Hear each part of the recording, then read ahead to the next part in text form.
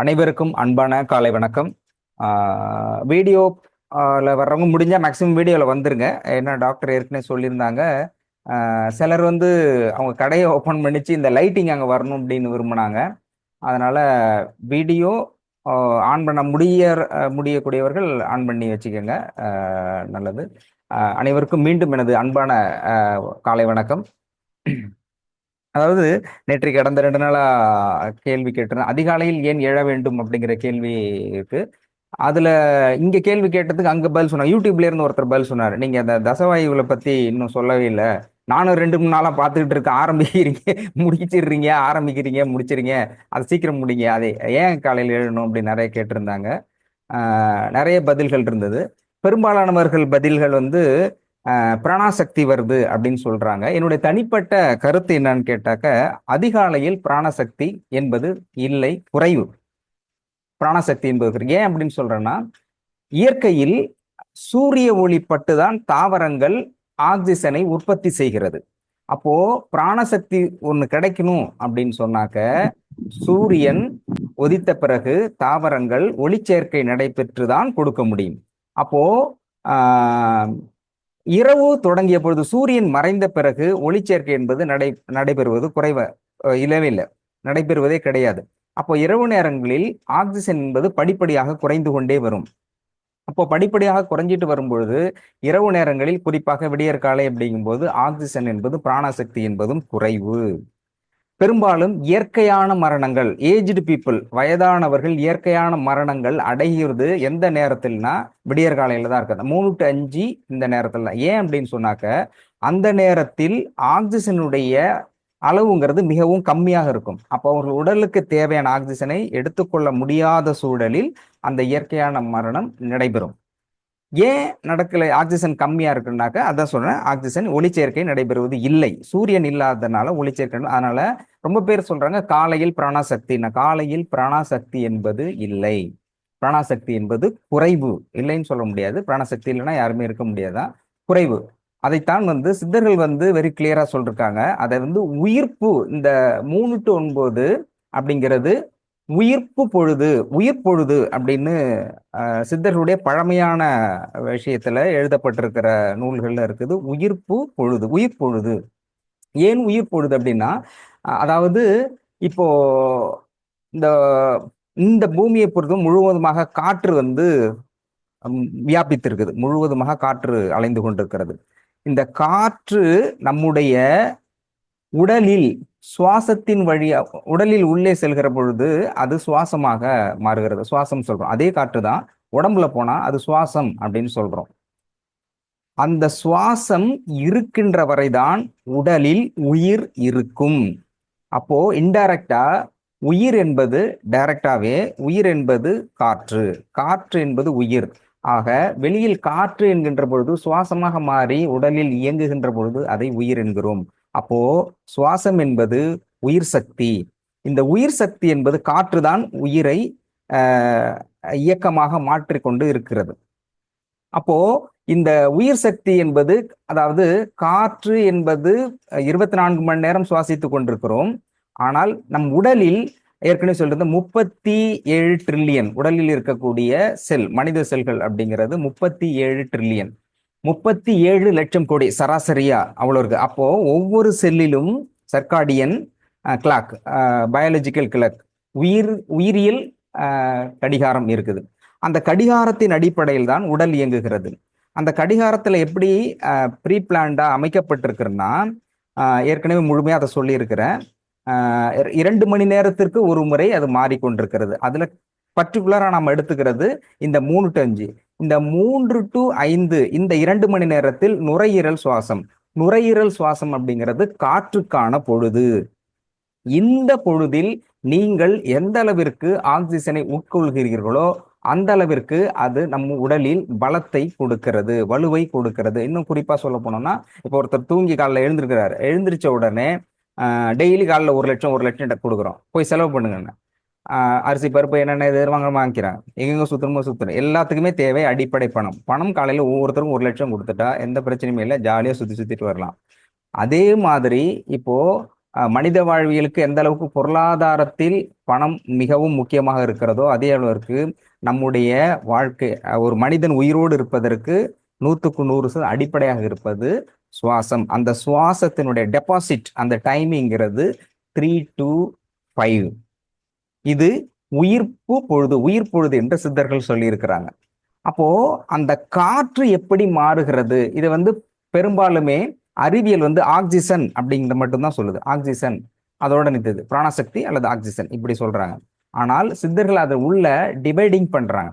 அது ஆக்சிஜன் பிராணசக்தியை, அந்த காற்றை நம்ம மூச்சு இழுக்கிறோம் இல்லையா, அது 10ஆக பிரிகிறது. ஒன்று பிராணவாயு, அபானன் வாயு, வியானன் வாயு, உதானன் வாயு, சமானன் வாயு, நாதன் வாயு, கூர்மம் வாயு, கிருஹரன் வாயு, தேவதத்தன், தனஞ்சயன், மொத்தம் 10 வாயுக்கள். இந்த நாம் உள்ளிழுக்கின்ற காற்று 10ஆக பிரிகிறது. இந்த 10ம் ஒவ்வொன்றும் ஒவ்வொரு விதமான வேலைக்கு அடிப்படை கிரியா ஊக்கியாக இருக்கிறது. இதுதான் மோஸ்ட் இம்பார்ட்டன்ட். ஏன் விடியற்கால எழுந்திருக்கணுங்கிறதுக்கு அடிப்படை காரணம் இதுதான். அப்போ இந்த 3 to 5 இந்த நேரத்தில் எழுகின்ற பொழுது, அப்போ இந்த காற்று பிராணசக்தியாக இருக்கின்ற பொழுது, பிராணசக்தியாக முக்கிய நிலை அப்படிங்கிறது மூச்சின் வழியே காற்று உள்ள இறங்குது இல்லையா, அந்த நெஞ்சு குழி இது வரைக்கும் போகுது இல்லையா. இந்த காற்று நல்லா கவனிச்சீங்க, 3 to 5 பொதுவாக எல்லா நேரத்திலும் காற்று சுழற்சி இயக்கம்ங்கிறது வழக்கமாக நடைபெறும். ஆனால் எக்ஸ்பெஷலி பர்டிகுலர்லி இந்த நேரத்தில் சுவாசம், நுரையீரல் சுவாசத்தின் பொழுது நாம் சுவாசிக்கின்ற காற்று, அந்த பிராணவாயு உயிர் காற்று என்று பொருள். உயிர்காற்று மூச்சு உள்ளே இழுக்கின்ற போது பசி, தாகம் இதை முழுமையாக உணர வைக்கக்கூடிய காற்று பிரிகின்றது. அந்த இந்த 10மே அழகாக 24 மணி நேரம் பிரியும். எக்ஸ்பெஷலி ஸ்பெஷலைஸ்டா பிரியக்கூடியது இந்த 3 to 5. அப்போ பிராணவாயு முழுமையாக செயல்படும். அடுத்தது அதே காற்று அபானனாக மாறுகிறது. அபானன் ரொம்ப பேருக்கு இந்த மோஷன் ப்ராப்ளம் வருது இல்லையா, மோஷன் ப்ராப்ளம் வர்றதுக்கு அடிப்படை காரணம் அபானன் வாயு. இந்த அபானன் வாயு ஒருத்தர் கரெக்டா இருந்ததுனாக்கா மோஷன் கிளியரா போவாங்க. அதே மாதிரி சுக்கிலம், சுரோநிதம், அந்த செக்ஷுவல் ரிலேவெண்டானது இது அதுலேயும் முக்கியமானது பங்கு வகிக்கக்கூடியது அபானன் வாயு. அடுத்தது வியானன் வாயு, அது தொழிற்காற்று. எக்ஸ்பெஷலி ரொம்ப பவர்ஃபுல்லாக ஒருத்தர் ஒர்க் பண்ணணும் அப்படின்னு சொன்னாக்க நரம்புகள் ஸ்ட்ரென்தன், நர்வ்ஸ் உடலில் இருக்கக்கூடிய நரம்பு ரொம்பவும் சக்தி வாய்ந்ததாக மாறக்கூடியது. குறிப்பாக நாம் உண்ணுகின்ற உணவு ஜீரண சக்தியாக மாற்றப்பட்டு சத்தாக மாறக்கூடியதை செய்யக்கூடிய வேலையில் இருக்கக்கூடிய வியானன் வாயு, அது தொழிற்காற்று அப்படின்னு தூய தமிழ்ல சொல்லப்படுகிறது. உதானன் வாயு ஒளிக்காற்று. இப்போ நாம் இழுக்கின்ற அந்த மூச்சு காற்றுங்கிறது 5 புலன்களையும் சரியாக ஆக்டிவேட் பண்ணக்கூடியதாக மாற்றக்கூடியது. ரொம்ப டீப். நம்ம நினைக்கிறோம் வெறும் காத்துன்னு, அந்த காற்று 10ஆக பிரிந்து அந்த 10ம் ஒவ்வொரு வேலைக்கு பேஸா இருக்குது.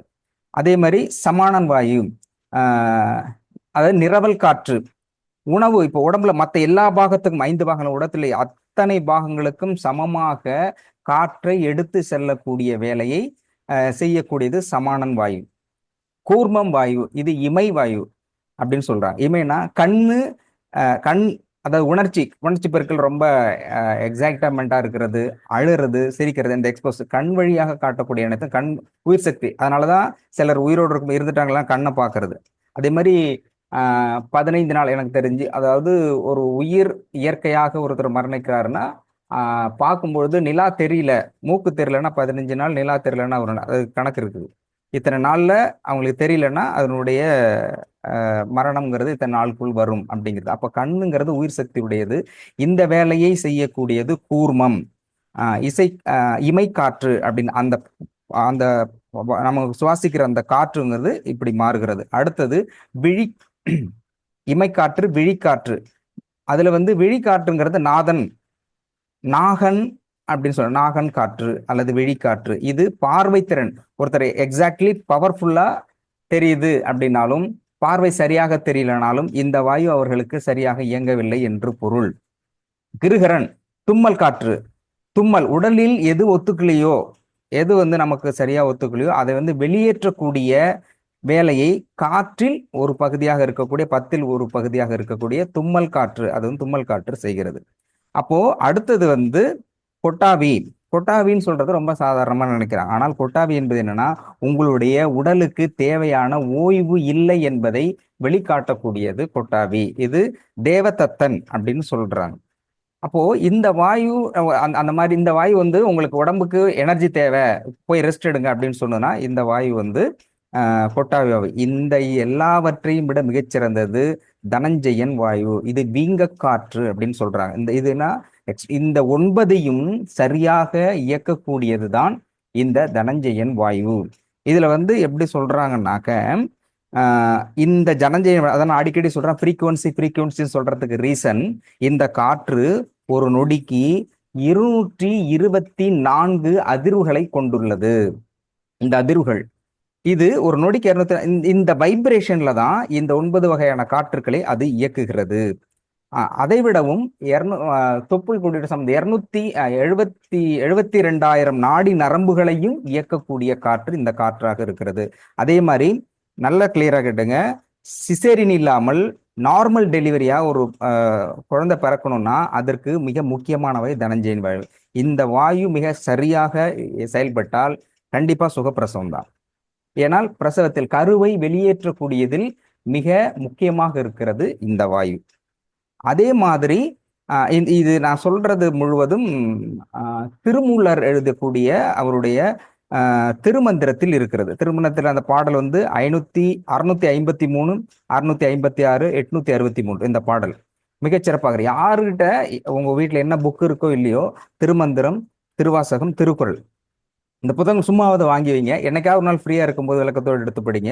இதில் அவ்வளோ எக்ஸ்ட்ராடினரி பவர்ஃபுல் அண்டு உலகத்தில் நாம் தெரிந்து கொள்ள வேண்டிய, இன்னும் விஞ்ஞானமே கண்டுபிடிக்க முடியாத அவ்வளவு அறிவுபூர்வமான வாழ்வியலுக்கு தேவையான மிக எளிமையான செய்திகள் சித்தர்கள் கொடுத்துருக்காங்க. அதே மாதிரி சித்தர்கள் 18 சித்தர்கள் நூலும் எப்போ எல்லாருக்கும் இருக்கும்னு நினைக்கிறேன்.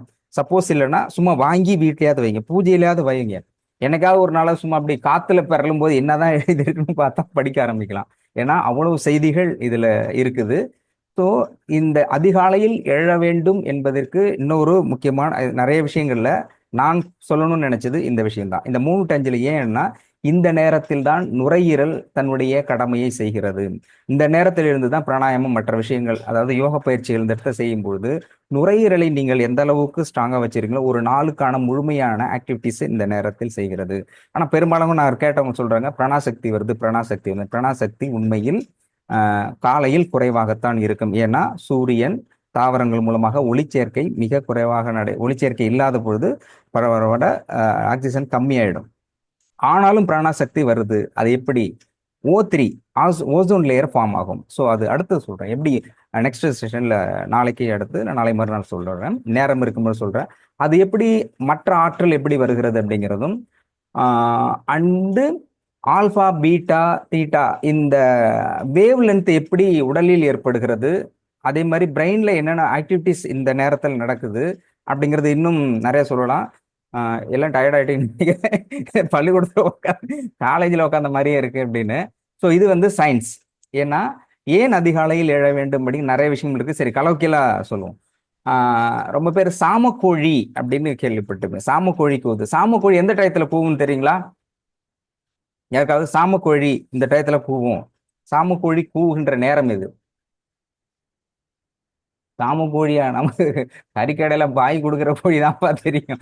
ரைட், ஓகே, இங்க இருக்கவங்க எல்லாத்துக்குமே தெரிஞ்ச விஷயம் தான். பட் இருந்தாலும் நான் சொல்றேன், சாமக்கோழி அப்படிங்கிறது அதிகாலை 3 to 3:30 கூவும். கரெக்டா கூவும். இது சாமக்கோழி கூவுகின்ற நேரம். இதை வச்சுதான் இப்ப கடிகாரம் கண்டுபிடிப்பாங்க.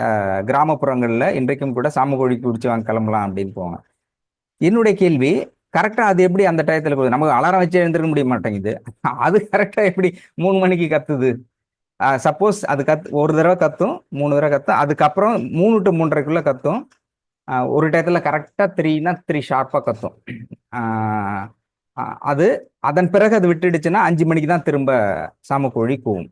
அதே மாதிரி கோழிங்கும் போது இன்னொன்று வந்து கருங்கோழின்னு ஒன்று இருக்குது. அது போர்க்காலத்துல பயன்படுத்துவாங்க. அந்த கருங்கோழியினுடைய ரத்தம்ங்கிறது கருப்பா இருக்கும். அது தொடர்ந்து ஆக்சுவலி நான்வெஜ் சாப்பிடக்கூடாது. அந்த மாதிரி போர் வீரர்கள் அதில் பயன்படுத்தினா கத்தியால கீறினாலும் உடலில் வந்து ரத்தம் வராது. அது போர்க்களத்துல வீரர்களுக்காக பயன்படுத்தக்கூடிய நான்வெஜ்ஜில் அந்த கறிக்கோழி முக்கியமா இருக்குது. சரி, இப்போ அந்த சாமக்கோழி கரெக்டா இந்த டயத்தை எப்படி கூவுது அப்படின்னாக்க, சாமக்கோழி தன்னுடைய மூக்கை வந்து தரையில கொத்திட்டு தூங்கிட்டு இருக்கும், படுத்திருக்கும். ரொம்ப மைல்டா ஒரு ஃப்ராக்ஷன், ஒரு ரொம்ப மைல்டு மைக்ரோ லெவல்ல பூமி ஒரு ஷேக்கிங் ஆகும். மைக்ரோ லெவல்ல ஒரு ஷேக்கிங் ஆகும். அந்த ஷேக்கிங் ஆவறத ஃபைண்ட் அவுட் பண்ணிட்டு கத்த ஆரம்பிக்கும். அது வந்து இந்த டயத்துல கூவணும்னு சாமக்கோழி கூவுறதில்ல. அந்த பூமி அந்த ஒரு ஃப்ராக்ஷன் மைக்ரோ லெவல்ல ஒரு ஷேக்கிங் இருக்கும், நிக்கிறது. அந்த ஒரு அந்த இடத்துல பூமியோட ஓய்வு நேரம்னு அப்படின்னு சொல்லுவாங்க ஆக்சுவலி அதை. ஓய்வில் அந்த ஷேக்கிங் ஒரு நிமிடம் ஷேக்கிங் ஆகும். அது ரொம்ப மைக்ரோ லெவல்ல. அந்த மைக்ரோ லெவல்ல அந்த கோழி ஃபைண்ட் அவுட் பண்ணி அதை ஃபைண்ட் அவுட் பண்ணிட்டு உடனே சிறகு அடிச்சுட்டு கத்த ஆரம்பி. அது பயத்துல கத்துறது. அது சாமக்கோழி அந்த நேரத்துல பயத்துல கத்தும் தொடர்ச்சியா. ஆக அது தன்னுடைய நேரத்தை கண்டுபிடிக்கிறது. அப்போ அந்த அதிகாலத்துல பூமிக்கும் ஓய்வெடுத்து அடுத்தது ஃபாஸ்டா கொண்டு வரக்கூடாது. அப்ப அந்த 3 to 5ங்கிறது மோஸ்ட் இம்பார்ட்டன்ட். இந்த நேரத்துல தான் முக்கியமான உடலில் ஏற்படக்கூடிய மாற்றங்கள், வேவ் லென்த் எப்படி, ஃப்ரீக்வன்சி எப்படி மாறுது, பிரெயின்ல எப்படி இருக்குது, ஆக்டிவிட்டிஸ், இது வந்து பொறுமையா பார்க்கலாம். அதுக்கு முன்னாடி நான் நிறைய சொல்லியிருந்தேன். ரொம்ப பேர் வந்து பறவைகள், விலங்குகள் இதை பத்தியான சாப்பாடு வைக்கிறது விஷயங்கள் நிறைய போட்டுட்டு இருந்தாங்க.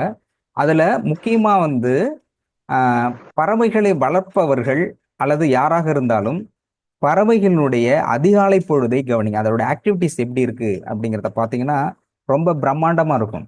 எல்லா பறவைகளும் எழுந்த உடனே என்ன பண்ணா தன்னுடைய அதாவது லெஃப்ட் ரைட் திரும்பிட்டு டேக் பண்ணிட்டு உடம்பெல்லாம் சப்போஸ் பறவையா இருந்தா சிறகுகளை அடிச்சுட்டு திரும்பவும் சுத்தி தன்னை அது வார்ம் அப் பண்ணும். எல்லா பறவும் விலங்கும் தூங்கி எழுந்தோட வார்ம் அப் பண்ணி தான் எழுந்துக்கும். உடம்ப வந்து ஷேக் பண்ணிட்டு அதே மாதிரி சிறகுகள்லாம் டேக் அப் பண்ணிட்டு கத்தும். பறவைகள் கத்தும். அப்புறம் ஏற்கனவே கேள்வி கேட்டிருந்தேன், கத்துற பறவை எது அப்படின்னு கேட்டிருந்தேன். யாருக்காவது தெரியுமா கத்துற பறவை எதுன்னு? ஆனா பெண்ணா?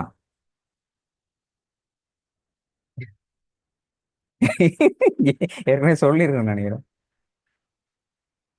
ஆண் பறவை தாங்க சார். ஆண் பறவை. ஏன் பெண் பறவை கத்த மாட்டேங்குது? ஏன் ஆண் பறவை கத்துன்னு இவ்வளவு கிளியரா சொல்றீங்க? எல்லாருக்கும் ஒரே ஆன்சர் வந்து ஆண் பறவை. இதுதான் எதிர்பார்த்தேன். ஆப்போசிட்டா ஒண்ணு இருக்கணுமே. ஏன் பெண் பறவை எப்படின்னு சொல்றீங்க? இல்ல சார், அது இணை சேர்றதுக்காக பெண் பறவை தான் வந்து அதிகமா காலையில எந்திரிச்சோம்னா குயில் கூவுறது வந்து பெண் குயில் தான் கூவும், ஆண் குயில் கூவாது. அதனால அத வாட்ச் பண்ணதுல நான் புரிஞ்சுக்கிட்டது பெண் பறவைகள் தான் அதிகமா கத்துது. அப்படியா? ஆமா. சரி, ஓகே. ஆக்சுவலி பேர்ட்ஸ் பயாலஜிக்கல்ல வந்து ஆண் பறவைகள் தான் காலையில் அதிகாலை கத்து, அதன் பிறகுதான் பெண் பறவை சேர்வதற்காக கட்டும். ஆனால் காலையில் முதல்ல கத்துறது ஆண் பறவையாக தான் இருக்கும். ஏன்னா அதனுடைய வாய்ஸ் எந்த அளவுக்கு பவர்ஃபுல்லா இருக்கோ அதை கேட்டுட்டு தான் பெண் பறவை வரும். ஃபர்ஸ்ட் அதுக்காக தான். ரெண்டாவது தன்னுடைய இருப்பிடத்தை வந்து சுற்றி அந்த வாய்ஸ் எவ்வளவு தூரம் ரீச் ஆகி கம்ப்ளீட் ஆகுதோ அதுல இருந்து ஒரு சர்க்கியூட் போட்டாக்க அது வரைக்கும் தான் அது இறையதட்ட போகும், அதை தாண்டி போகாது.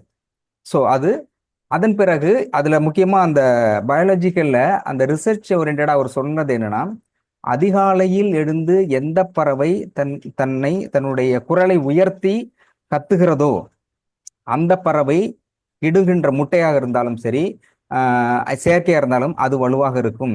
அது தன்னுடைய இனத்தை விருத்தி செய்கின்றது. அதிகாலையில் எழாத எந்த இனமும் நீடித்து வாழ்வதற்கான சாத்தியக்கூறுகள் இல்லை ஆஸ் பர் பயாலஜிக்கலி. அப்போ இந்த செக்ஷுவாலஜியில ப்ராப்ளத்துல குழந்தையின்மைக்கு மிக முக்கிய காரணத்துல முதன்மையானது அதிகாலையில் எழுவதில்லை.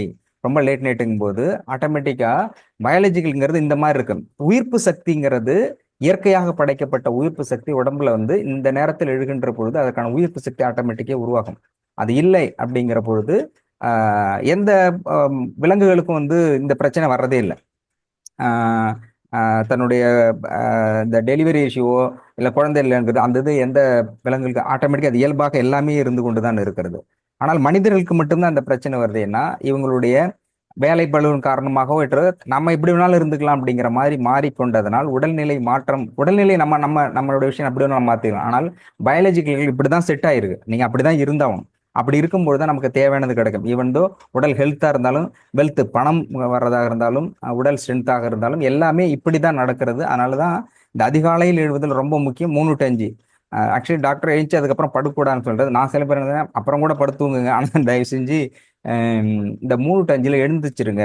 எழுந்துச்சிட்டு அப்புறம் கூட படுங்க. ஏன்னா இந்த டயத்துல எழுந்திரிச்சு வாக் பண்ணிட்டு சப்போஸ் முடிஞ்சாக்க சுவாசம் அந்த ரெஸ்பிரேஷன் எக்ஸசைஸ் மாதிரி பண்ணிட்டு பிராணாயாமம் பண்ணிட்டு அல்ல அட்லீஸ்ட் குறைந்தபட்சம் நுரையீரல்ல ஃபுல்லா காற்றை ஃபில் பண்ணிக்கிங்க. ஏன்னா ரொம்ப பேருக்கு வந்து பெயின் வருது இல்லையா? பெயின் வருது என்னன்னா இயல்பா தான் சுவாசிக்கிறாங்க. பெரும்பாலானவர்கள் நார்மலா போற அது அது ஒரு பொருட்டாவே மதிக்கிறது இல்லை. அப்போ அங்க இருக்கக்கூடிய உள்ள இருக்கக்கூடிய நுரையீரல் இதயத்தில் இருக்கக்கூடிய அறைகள் எல்லாமே இப்போ இப்படி முழுமையாக சுருங்கி விரியுது அப்படின்னு சொன்னாக்க நம்ம சுவாசிக்கிறது நார்மலா இப்படிதான் இருக்கும்.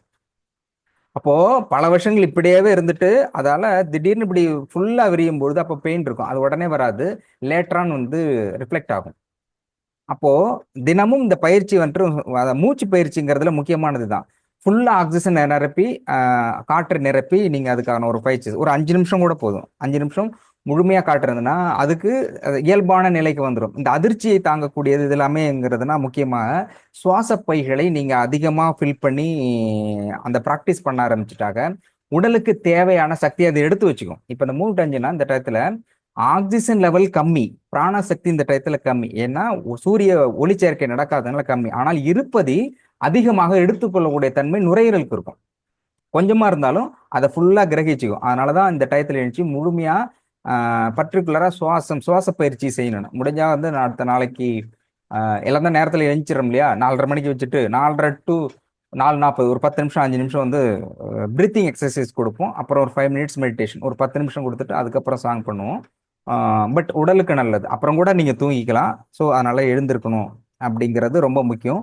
அதே மாதிரி அதிகாலை பறவைகள் அப்படிங்கிறது போகும்பொழுது என்ன செய்யும் அப்படின்னா இந்த இந்த ரவுண்ட் அப் எல்லாமே கிளியர் பண்ணிட்டு சிறகுகளை அடிச்சுட்டு பறக்க ஆரம்பிச்சிட்டு தன்னுடைய இடை தேடுறது எல்லாமே முடிச்சுட்டு வரும்பொழுது காக்கா குளியலும்பாங்க. ஒவ்வொரு பறவையும் ஒரு விலங்கும் வந்து அதுக்கு என்ன பிரச்சனைங்கிறத அந்த காலையிலேயே தெரிஞ்சிடும். அதுக்கு சப்போஸ் சிம்பன்சி இருக்குன்னாக்கா அதனுடைய பிரச்சனையை அதுவே சரி செய்து கொள்ளும்.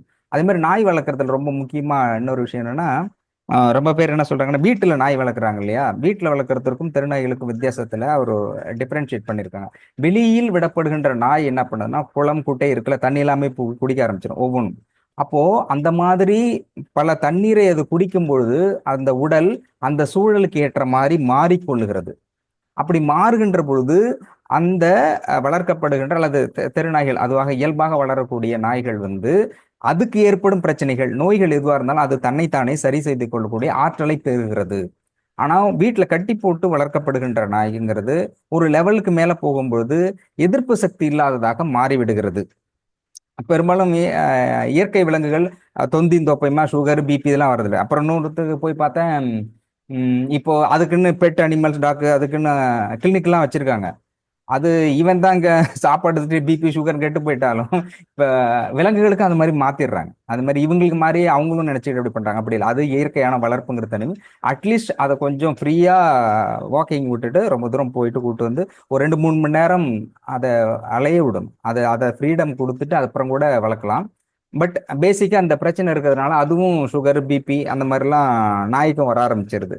அப்புறம் நேற்று ஒருத்தர் சொல்லியிருந்தார் நம்ம நண்பர்கள் வந்து நீங்க ரொம்ப நாள் வந்து இந்த காலையில வர்றதே இந்த ஜோக் சொல்லுவீங்க, இப்பெல்லாம் சொல்றதே இல்லை அப்படின்னாரு.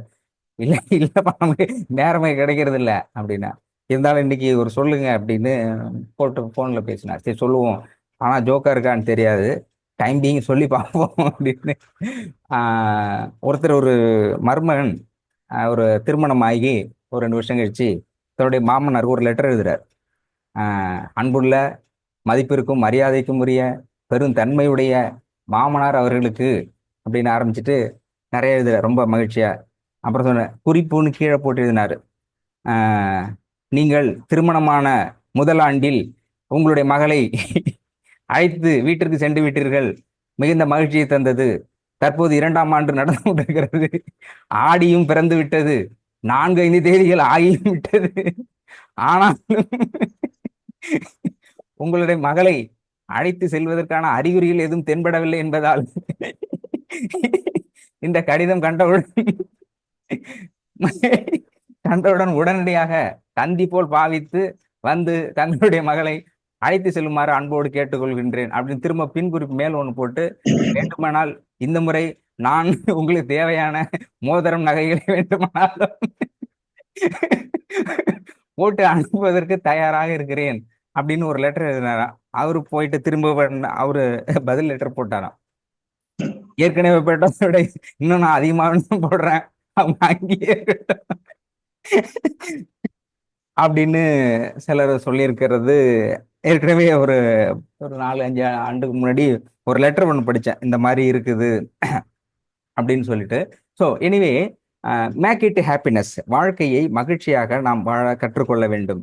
அந்த இதில் பறவைகள் விலங்குகள் நம்ம சொல்லிக்கிட்டு இருக்கிறதுல இன்னும் மிக முக்கியமான குறிப்பில் ஒரு விஷயங்கள் என்னன்னா, இந்த சிம்பன்சி பாட்டுல பாடுதுங்க சார்.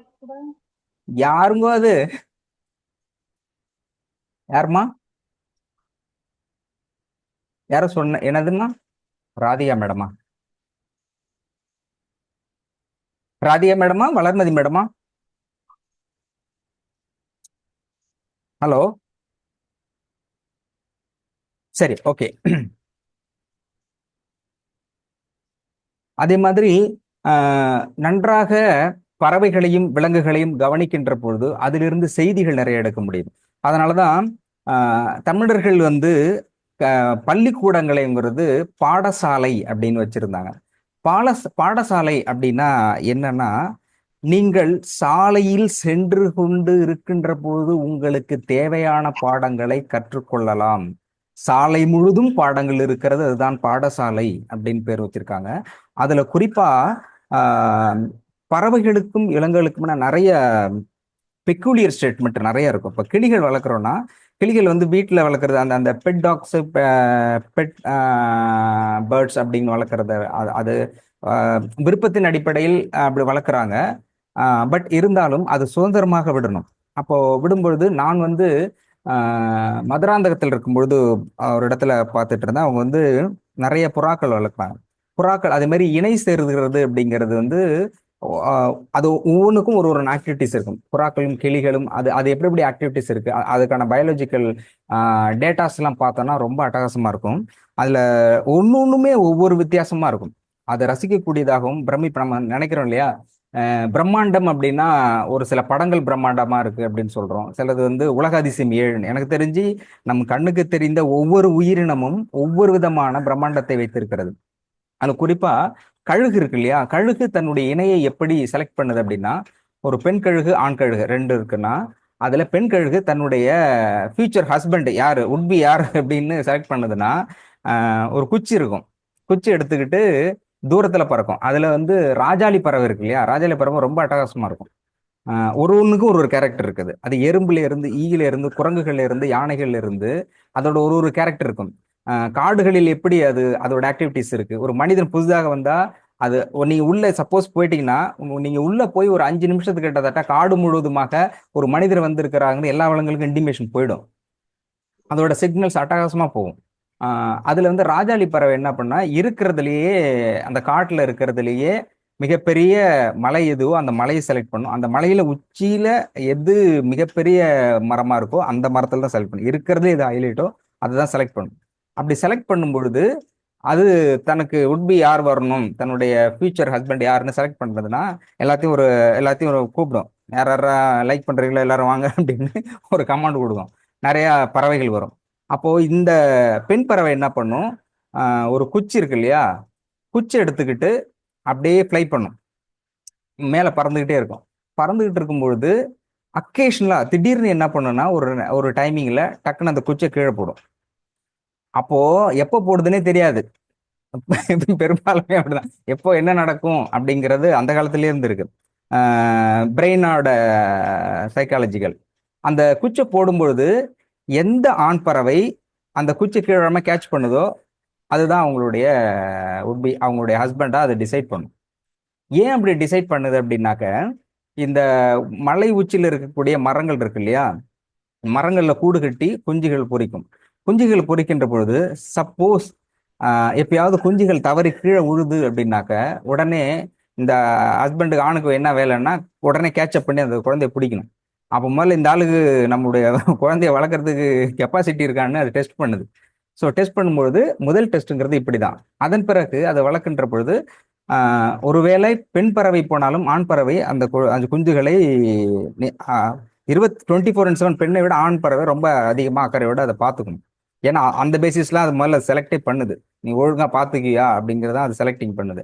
அப்படி பண்ணும்பொழுது ராஜாளி பறவை என்ன பண்ணும்னா எடுத்த உடனே நார்மல் இப்போ எல்லா பறவைகளும் பார்த்தீங்கன்னா கூடு கட்டுறதுக்கு குச்சி இந்த மாதிரி தான் எடுத்துட்டு வரும். ஆனால் ராஜாளி பறவை எடுக்கிறது எல்லாமே முள்ளு தான் எடுத்துட்டு வரும். முள் எடுத்து தான் கட்டும்.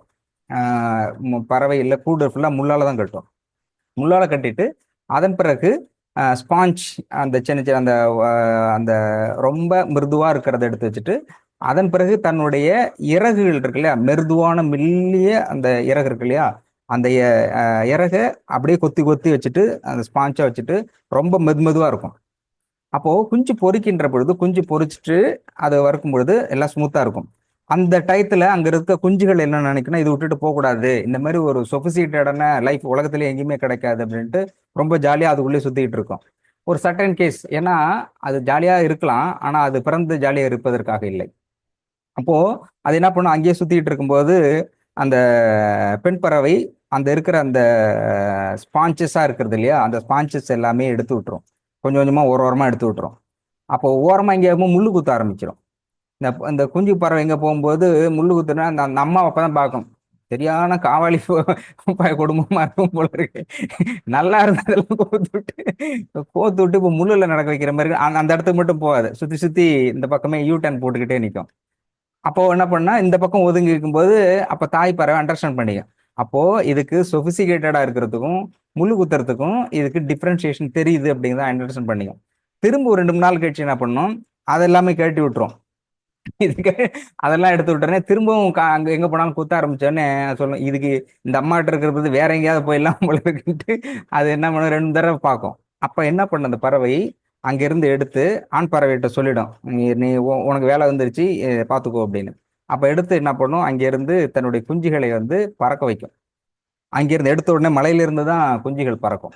அப்படி பறக்கும் பொழுது அது அந்த தாய்க்கு அதை டேக் ஆஃப் பண்ணது இல்லையா, அதோடைய அறிவுங்கிறது ரொம்ப நுட்பம். எல்லாத்தையுமே பறக்க விடாது. அந்த இதை பறக்க விடும்போது இந்த கான்பிடென்ட்டா இதை விட்டுட்டு வெளில போகலாம் அப்படிங்கிற கான்பிடென்ட் பறக்கிறது எது முயற்சிக்குதோ அந்த பறவைக்கு மட்டும்தான் உடனே கொடுக்கும். இல்லை வேண்டாம் குத்துனாலும் பரவாயில்ல நம்ம இங்கேயே இருப்போம் அப்படிங்கிறத அனுப்பாது. அந்த அந்த தைரியம் வர்ற வரைக்கும் வச்சுக்கிட்டு இருக்கும். அந்த மாதிரி இதை அனுப்புகின்ற பொழுது என்ன பண்ணுன்னா, இதை அனுப்பும்போது ரொம்ப தூரம் பறக்க முடியாது. அனுப்பும் பொழுது பறக்கும்பொழுது டக்குன்னு ஆண் பறவை போய் கேட்ச் பண்ணும், பெண் பறவையும் கேட்ச் அப் பண்ணிடும். 100க்கு 99.9% கிட்டத்தட்ட எந்த கழுகு ராஜாளி குஞ்சும் கழுகு குஞ்சும் கீழே விழுந்து இறந்ததாகவே கிடையாது. கேட்சப் பண்ணியே தீரும். ரொம்ப அக்கேஷனா ரொம்ப ரேரா 0.1%, மைக்ரோ 1% மேபி கீழே விழலாம். அப்போ இந்த மாதிரி தான் தன்னுடைய ட்ரைனிங் கொடுக்கும். பறவைகள் தன்னுடைய இனங்களுக்கு பயிற்சி கொடுக்கக்கூடிய நேரம் அப்படிங்கிறது இந்த மாதிரி நேரத்தில் காலையில தான் செய்யும், அதிகாலையில். அதே மாதிரி தன்னுடைய சிறகுகளை மிருதுவாக மாற்று, அது டேக் ஆஃப் பண்றதுக்கு தேவையான விஷயங்கள். உடம்புல இந்த சிம்பன்சி பறவை, சிம்பன்சி குரங்கு இருக்கு இல்லையா, குரங்கு தன்னுடைய உடம்புல உண்ணி இந்த மாதிரிலாம் இருந்தாக்கா நேராக கரையான் புத்துக்கு போயிடும். கரையான் புத்துக்கு போயிட்டு அங்க இருக்கிற கரையான் எடுத்து மேலே விட்டுக்கும். மேலே விட்டுக்கிட்டு என்ன பண்ணுன்னா, அங்க இருக்கிற உடம்புல இருக்கிற கிருமி அதெல்லாம் சாப்பிட வச்சுட்டு அதுக்கப்புறமேட்டுக்கு உடம்பை சுத்தப்படுத்திக்கும். ஒவ்வொரு பறவையும் ஒவ்வொரு விலங்கும் தனக்கு ஏற்படுகின்ற நோயை அறிந்து அதன் பிறகு அதுக்கு தகுந்த மாதிரி இருக்கும். சப்போஸ் உடம்பு சரியில்லை, ஃபீவரா இருக்குது, தேவையில்லாம சாப்பிட்டோம் அப்படின்னாக்க கிளிகள் மற்ற பறவைகள்னா கல் எடுத்துக்கும். கல் எடுத்து குறிச்சிட்டு மேலே ஃப்ளை பண்ணும், ஷேக் பண்ணும். அப்போ செரிச்சிட்டு வெளியில வந்துடும். அப்போ சாப்பிடாது. பெரும்பாலும் தன்னுடைய சைக்காலஜிக்கலா எல்லா பறவைகளும் எல்லா விலங்குகளும் தனக்கு உடல்நிலை சரியில்லை என்பதை புரிந்து கொண்டால், எந்த சூழலுமே தனக்கு உடல்நிலை சரியில்லை என்பதை புரிந்து கொண்டால் உணவெடுப்பதை முதலில் நிறுத்துக்கும். உடம்பு சரியில்லைன்னா ஃபர்ஸ்ட் அது செய்யக்கூடிய ஆக்டிவிட்டிஸ் சாப்பிட்றதை நிறுத்தும். அது சிலது காயம்லாம் ஏற்பட்டுச்சு அப்படின்னாக்க வெயில்ல போய் உட்காந்து வெயில் படுற மாதிரி உட்காரும். அப்போ அதே மாதிரி காயம் ஃபைட் பண்றத சிங்கம் புலி இதெல்லாம் ஃபைட் பண்ணும்போது அடிபட்டு காயம் இருந்தா எல்லாமே நாக்கால நக்கும். நாக்கால நக்கிறது ஏன்னா நாக்கில் இருக்கிற உமிழ்நீர் சுரப்பில் நைட்ரேட் இருக்கு. நைட்ரேட் ஆக்சிஜன் கூட ரியாக்ட் ஆகி நைட்ரஸ் வாயுவாக நைட்ரஸ் அந்த N நைட்ரஜன் பேஸ்ல இருக்கிறது வந்து அதுக்கு வந்து ஆன்டிபயோட்டிக்காக மாறும், அதை வந்து ரிமூவ் பண்ணும். அப்போ இந்த இந்த இந்த ஆக்டிவிட்டிஸ் எல்லாமே ஒரு தாய் பறவை அல்லது வளர்ந்த பறவைகள் எல்லாமே காலையில இந்த ஆக்டிவிட்டிஸ்லாம் பண்ண ஆரம்பிச்சிடும், அதிகாலையில் பண்ண ஆரம்பிச்சிடும். கத்துகின்ற பொழுது இது எல்லாமே பண்ண ஆரம்பிக்கும். அப்போ இதிலிருந்து குஞ்சுகள் கற்றுக்கொள்ளும். அப்போ அதுக்கு பறவை விலங்குகளுக்கெல்லாம் மிக தெளிவாக தெரிகிறது, தான் கற்றுக்கொள்ளக்கூடிய பாடங்கள் என்பதை அதிகாலையில் கற்றுக்கொள்ள வேண்டும் என்பதை பறவைகளும் விலங்குகளும் மிக தெளிவாக தெரிந்து வைத்திருக்கிறது. ஆனால் நாம என்ன பண்றோம், மனிதர்கள் வந்து டோட்டலாவே எல்லாமே தெரிஞ்சிருச்சு அப்படிங்கறனால எப்ப வேணாலும் படிக்கலாம், எப்படி வேணாலும் இருக்கலாம் அப்படின்றாங்க, நினைச்சுக்கிறாங்க. பட் அதிகாலையில் நாம எழுந்திருக்கணும் அப்படின்னு சொல்றதுக்கான ரீசன் இதுதான். கற்றுக்கொள்ளுதலில் மிக முக்கியமான நேரம் அப்படிங்கிறது அதிகாலை பொழுது. ஏனென்றால் as per பயாலஜிக்கலி நம்ம உடம்புல it will be easily absorption what ever you want. நம்ம என்னென்ன விரும்புகிறோமோ அதை ஈஸியாக கற்றுக்கக்கூடிய விஷயங்கள் நம்ம உடம்புல ஆல்ரெடி பயாலஜிக்கலாகவே செட் ஆயிருக்கு. அண்டு சில peculiar characters formed naturally the birds as well as the animals. அதில் எப்படின்னா, நான் சொல்றதுல ஏற்கனவே மதுராந்தகத்தில் வந்து நாங்கள் வந்து இந்த இந்த ப்ராக்டிஸ் பார்த்துருக்கேன். ஒரு புறாக்கள் வளர்க்கும்போது இணை மாறவே மாறாது. எப்போ அந்த மணிப்புறா அப்படிங்கிறதெல்லாம் இருக்கு, இந்த இணை இந்த இணையோட தான் கடைசி வரை சேரும், அதுக்கப்புறம் அடுத்த இணை சேராது. அப்படி பார்க்கும்பொழுது ஒரு புறா இருந்து நாங்கள் பார்த்தப்ப டெய்லி பார்த்து என் ஃப்ரெண்டு வளர்க்கும்போது ஒரு புறா சம்திங் என்ன ப்ராப்ளம் தெரியல, ஒரு ஆண் பறவை என்ன பண்ணிடுச்சுன்னா அன்பார்ச்சுனேட்லி ஏதோ ஒரு விஷயத்துக்காக அது இறந்து போயிடுது. இவங்க என்ன பண்ணாங்க, வீட்டில் அந்த கூண்டுக்குள்ளேயே வச்சிருந்தாங்க. சட்டன் அதுக்கப்புறமேட்டு ஒரு 2-3 நாள் கழிச்சு அதை திறந்து விடுறாங்க.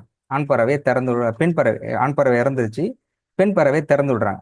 பெண் பறவை என்ன பண்ண அவசரம் பராச்சன் பறந்துச்சு, பறந்து போயிட்டு அங்கே அங்கே பக்கத்தில் இருக்க கொஞ்சம் தூரத்தில் ஓடிட்டு அங்கே இருக்க கல் எல்லாத்தையுமே டக்கு டக்கு டக்கு டக்குன்னு முழுங்கிடுச்சு.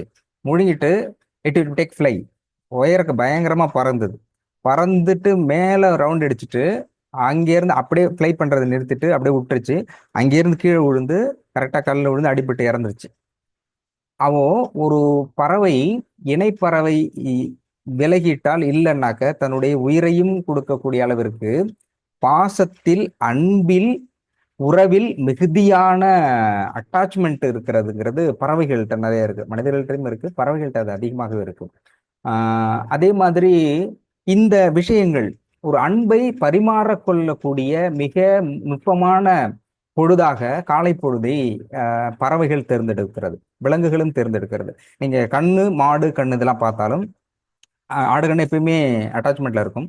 அதிகாலையில் எழுகின்ற பொழுது அந்த நாவால் நக்கி தன்னுடைய ஸ்பரிசத்தை, தன்னுடைய அன்பை வெளிப்படுத்தக்கூடிய இந்த சூழலாக இருக்குது. அதே மாதிரி அதிகாலையில் கொடுக்கப்படுகின்ற பாசம் நிறைய இருக்குது. குழந்தைகளில் காலையில தூங்கி எழுந்திருக்கும் போது to make a blessing and happiness. அழகாக இப்போ சப்போஸ் வீட்டில் எந்த குழந்தையும் சொல்ற பேச்சு கேட்கல அந்த மாதிரி இருக்கிறதுனா மற்றெல்லாம் மறந்துட்டு காலையில் தூங்கி எழுகின்ற இந்த அதிகாலையில் டைமில் பிகாஸ் ஆஃப் அவங்களுக்கு நமக்கு தெரியுதோ இல்லையோ நம்முடைய பயாலஜிக்கல் வந்து கரெக்டாக அதனுடைய வேலையை பார்த்துக்கிட்டு இருக்கும். அப்போ அந்த அதிகாலை பொழுதில் அவங்களுக்கு வந்து ரொம்ப அன்போடு அழகா பேசி தட்டி கொடுத்து நீ நல்லா வருவ, நல்லா இருப்ப அப்படின்னு அவங்க முடிச்சுக்கிட்டு இல்லை தூங்கிட்டே இருந்தாலும் கூட அந்த நீங்க மைண்ட் வாய்ஸ்ல பேசி அவங்கள தட்டி கொடுக்குறீங்க, இதமாக அன்பாக வருடி கொடுக்கிறீர்கள் என்றால் அது என்ன பண்ணும்னா alpha race it will B receive. Alpha race அது எப்படி ஆல்பா ரேஸ் ஃபார்ம் ஆகுது, எந்த டைம்ல ஃபார்ம் ஆகுது? மெலட்டோனின் வந்து மிக முக்கியமாக நம்ம உடம்புல பீனியல் கிளாண்ட்ல இருந்து சுரக்குது. அது எந்த டயத்துல சுரக்குது? இன்னத்துல ரொம்ப முக்கியமான விஷயம் என்னன்னா, அதிகாலையில் 70 அப்படிங்கிறதோட ரொம்ப முக்கியம். 100க்கு 100% ஃபாலோ பண்றது 70 கூட எழுந்திடலாம், ஆனால் படுக்கிறது ரொம்ப முக்கியம். எப்போ படுக்கிறீங்களோ படுக்கிறதை பொறுத்து தான் 70 தீர்மானிக்கிறது. அப்போ எப்போ படுக்கிறது அப்படின்னாக்க as per பயாலஜிக்கலே சொல்றது மினிமம் 9 இரவு 9 to 11 படுத்துடணும். ஸ்டார்டிங்னா 9 மணி 9 மணினா படுத்துடணும். ரொம்ப ஒர்க் இருக்குன்னா 11க்கு மேல முடிச்சுக்கிட்டே இருக்கக்கூடாது. ஈவன் சித்தர்கள் இருந்து ஞானிகள் உள்பட சொல்றது, நான் ஞானிகள்ட்டு 11 to 3 இந்த டைமிங்ல கம்பல்சரி உறக்கணும். ஞான நிலையில் இருப்பவர்கள் 24 மணி அதுவே தன்னுடைய முழு முதற் வேலையாக இருக்கக்கூடிய ஞானிகளுக்கும் அந்த நேரத்தில் உறக்கம், ஓய்வு அப்படிங்கிறது அவசியம். அதுக்கப்புறம் தான் 3க்கு அப்புறம் தான் ஃபுல்லா அதுக்கப்புறம் அந்த டயத்தை யூஸ் பண்ணிக்கலாம். பட் அந்த நேரம் ஏன் அந்த நேரம் அப்படிங்கும்போது கல்லீரலுடைய வேலை செய்கின்ற நேரம். கல்லீரல் ஏன் மிகவும் முக்கியமானது அப்படின்னா, this is the factory of medicine, உடம்புல இருக்கக்கூடிய ஃபேக்டரி ஆஃப் மெடிசன் அப்படின்னாக்க அது கல்லீரல். கல்லீரல் என்ன செய்யுது அப்படின்னா, இப்போ உடலுக்கு தேவையான, இப்போ சப்போஸ் ஃபீவர் இருக்குது, கோல்டு இருக்குது, ஏதாவது சின்ன சின்ன விஷயங்கள் வந்துகிட்டே இருக்குது அப்படின்னாக்க அதை சரி செய்யக்கூடிய மருந்தை, உணவை மருந்தாக மாற்றக்கூடியதில் மிக முக்கியமானது பங்கு வகிக்கிறது கல்லீரல். அது மாற்றி அந்த இடத்துக்கு கொடுத்தோம். தட் வில் பி ஹீலிங் சொல்றீங்களே. இப்ப நம்ம அடிக்கடி சொல்றோம், ஏன் இதை கொஞ்சம் டீப்பா சயின்ஸாவும் டீப்பாவும் இந்த அதிகாலையில் எழுவதை சொல்றது அப்படின்னாக்க, இங்க இருக்கிறதுல பலர் வந்து இதன் பிறகு we will make a healer.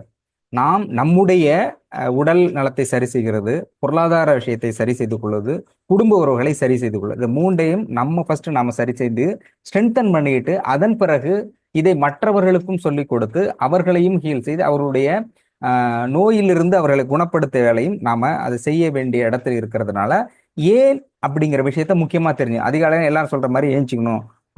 ஏன்னாக்க பிரபஞ்ச சக்தி வருது. அப்படி இல்லை, பிரபஞ்ச சக்தினா அது என்ன சக்தி, அது எப்படி வருது, உடலில் அது எப்படி ரியாக்ட் ஆகுறது, மருத்துவ ரீதியாக அது எப்படி செயல்பட்டு கொண்டிருக்கிறது அப்படிங்கிற நிறைய விஷயங்கள், தகவல்களை நம்ம தெரிஞ்சுக்கிட்டாதான் மற்றவங்களுக்கு சொல்ல முடியும். 100 விஷயங்கள் தெரிஞ்சுக்கிட்டாதான் ஒரு 2-3 விஷயங்கள் சொல்ல முடியும், அல்ல 10 விஷயங்களை வந்து டிரான்ஸ்ஃபர் பண்ண முடியும். அப்போ இந்த விஷயங்கள் எல்லாமே தெரிந்து கொள்ள வேண்டும் அப்படிங்கிறதுனால தான் நான் முக்கியமா சொல்றேன். இதுல அதிகாலையில் அதே மாதிரி கர்ப்பிணி பெண்கள் இருக்காங்களே, அது தூங்கலாம் அப்படின்னு சொல்றாங்க. கர்ப்பிணி பெண்கள் முக்கியமாக இந்த அதிகாலையில் வேளையில் எழுந்து ப்ராக்டிஸ் பண்றாங்கன்னா வளர்கின்ற குழந்தை ரொம்ப நல்லா வளரும். அதை விடவும் சுறுசுறுப்பாகவும் மற்ற எந்த நோய்களும் இருக்காது. அந்த தனஞ்சயன் வாயு சொன்ன இல்லையா, தனஞ்சயன் வாயு 10வது வாயு, அந்த வாயு மிக சரியாக இருந்தால் நிச்சயம் இந்த கூன் குருடு செவிடு இந்த மாதிரி ரொம்ப மோசமான பாதிப்பு உடைய குழந்தைகள் பிறக்காது. அந்த மாதிரி குழந்தைகள் பிறக்கிறதுக்கு நிறைய கர்ம ரீசன் சொல்லிட்டு நம்ம சொல்றோம். பட் மெயினா மெடிக்கலா என்ன சொல்றதுன்னா, அந்த மெடிக்கல் இன்னும் இந்த இடத்துக்கு வரல. காற்றில் இவ்வளவு பிரிவு 10 பிரிவுங்கிறது அஸ் பர் மெடிக்கலா நிரூபிக்கப்படலை. அவங்க என்ன சொல்றாங்கன்னா, காற்றுன்னா ஆக்சிஜன் O2 மட்டும் தான் சொல்லிருக்காங்க, ஹைலைட்டா O3 அப்படிங்கிற விஷயத்த சொல்றாங்க. ஆனால் சித்தர்கள் தான் அதோட என்னன்னா, திருமூலர் சொல்றது வந்து 10 வாயுவாக பிரிக்கிறார். இந்த 10 வாயுவையும் 4ஆ பிரிக்கிறார். அதுல சப்டிவிஷனே போகுது. இன்னும் வாயு ஒண்ணும் இதெல்லாம் எங்கேயா போய் பாக்குறது, இதெல்லாம் எங்க பிரிச்சுட்டு பாக்குறது, நம்ம மூச்சு விடுறதே பெரிய விஷயமா இருக்குது. இதுல 10ல பித்து இதெல்லாம் பிரிச்சுக்கிட்டுலாம் ஒன்றும் சரிப்பட்டு வராது. எப்படின்னா நமக்கு அந்த அளவுக்கு போக வேண்டாம், இதுல அந்த அளவுக்கு தெரிய வேண்டாம். சப்போஸ் இந்த மாதிரிலாம் இருக்குதா அப்படின்னு தெரிஞ்சுக்கணும் அப்படின்னு யாராவது ஆர்வமா இருந்தாக்க திருமந்திரத்தை பார்த்தீங்கன்னா திருமந்திரத்தில் இருக்கும், ஆனா புரியாது. அதான் ரொம்ப ஹைலைட்டான விஷயம். பட் புரியல, நேரம் பரட்டி பார்த்துட்டு அதுக்கு தமிழ் உரை, மூல உரை அப்படிலாம் இருக்குது. அதை நீங்க பார்க்கும்போது அப்போ கொஞ்சம் கொஞ்சமா புரிய வரும். நிச்சயமா ஏதாவது ஒரு சூழல்ல கண்டிப்பா உங்களுக்கு அது புரியும். அப்போ அந்த தனஞ்சயன் வாயுங்கிறது ரொம்ப முக்கியம். அந்த அதிகாலையில் அந்த மாதிரி குழந்தைகள் பிறக்காம இருக்கணும்னா கர்ப்பிணி பெண்கள் அந்த இடத்துல குறைந்தபட்சம் கர்ப்பிணி பெண்களுக்கு உறக்கம் என்பது அவங்களுக்கு எப்போ டயர்ட்னஸ் அப்பெல்லாம் தூங்கலாம். ஆனால் இந்த நேரத்துல எழுந்திருக்கணும்.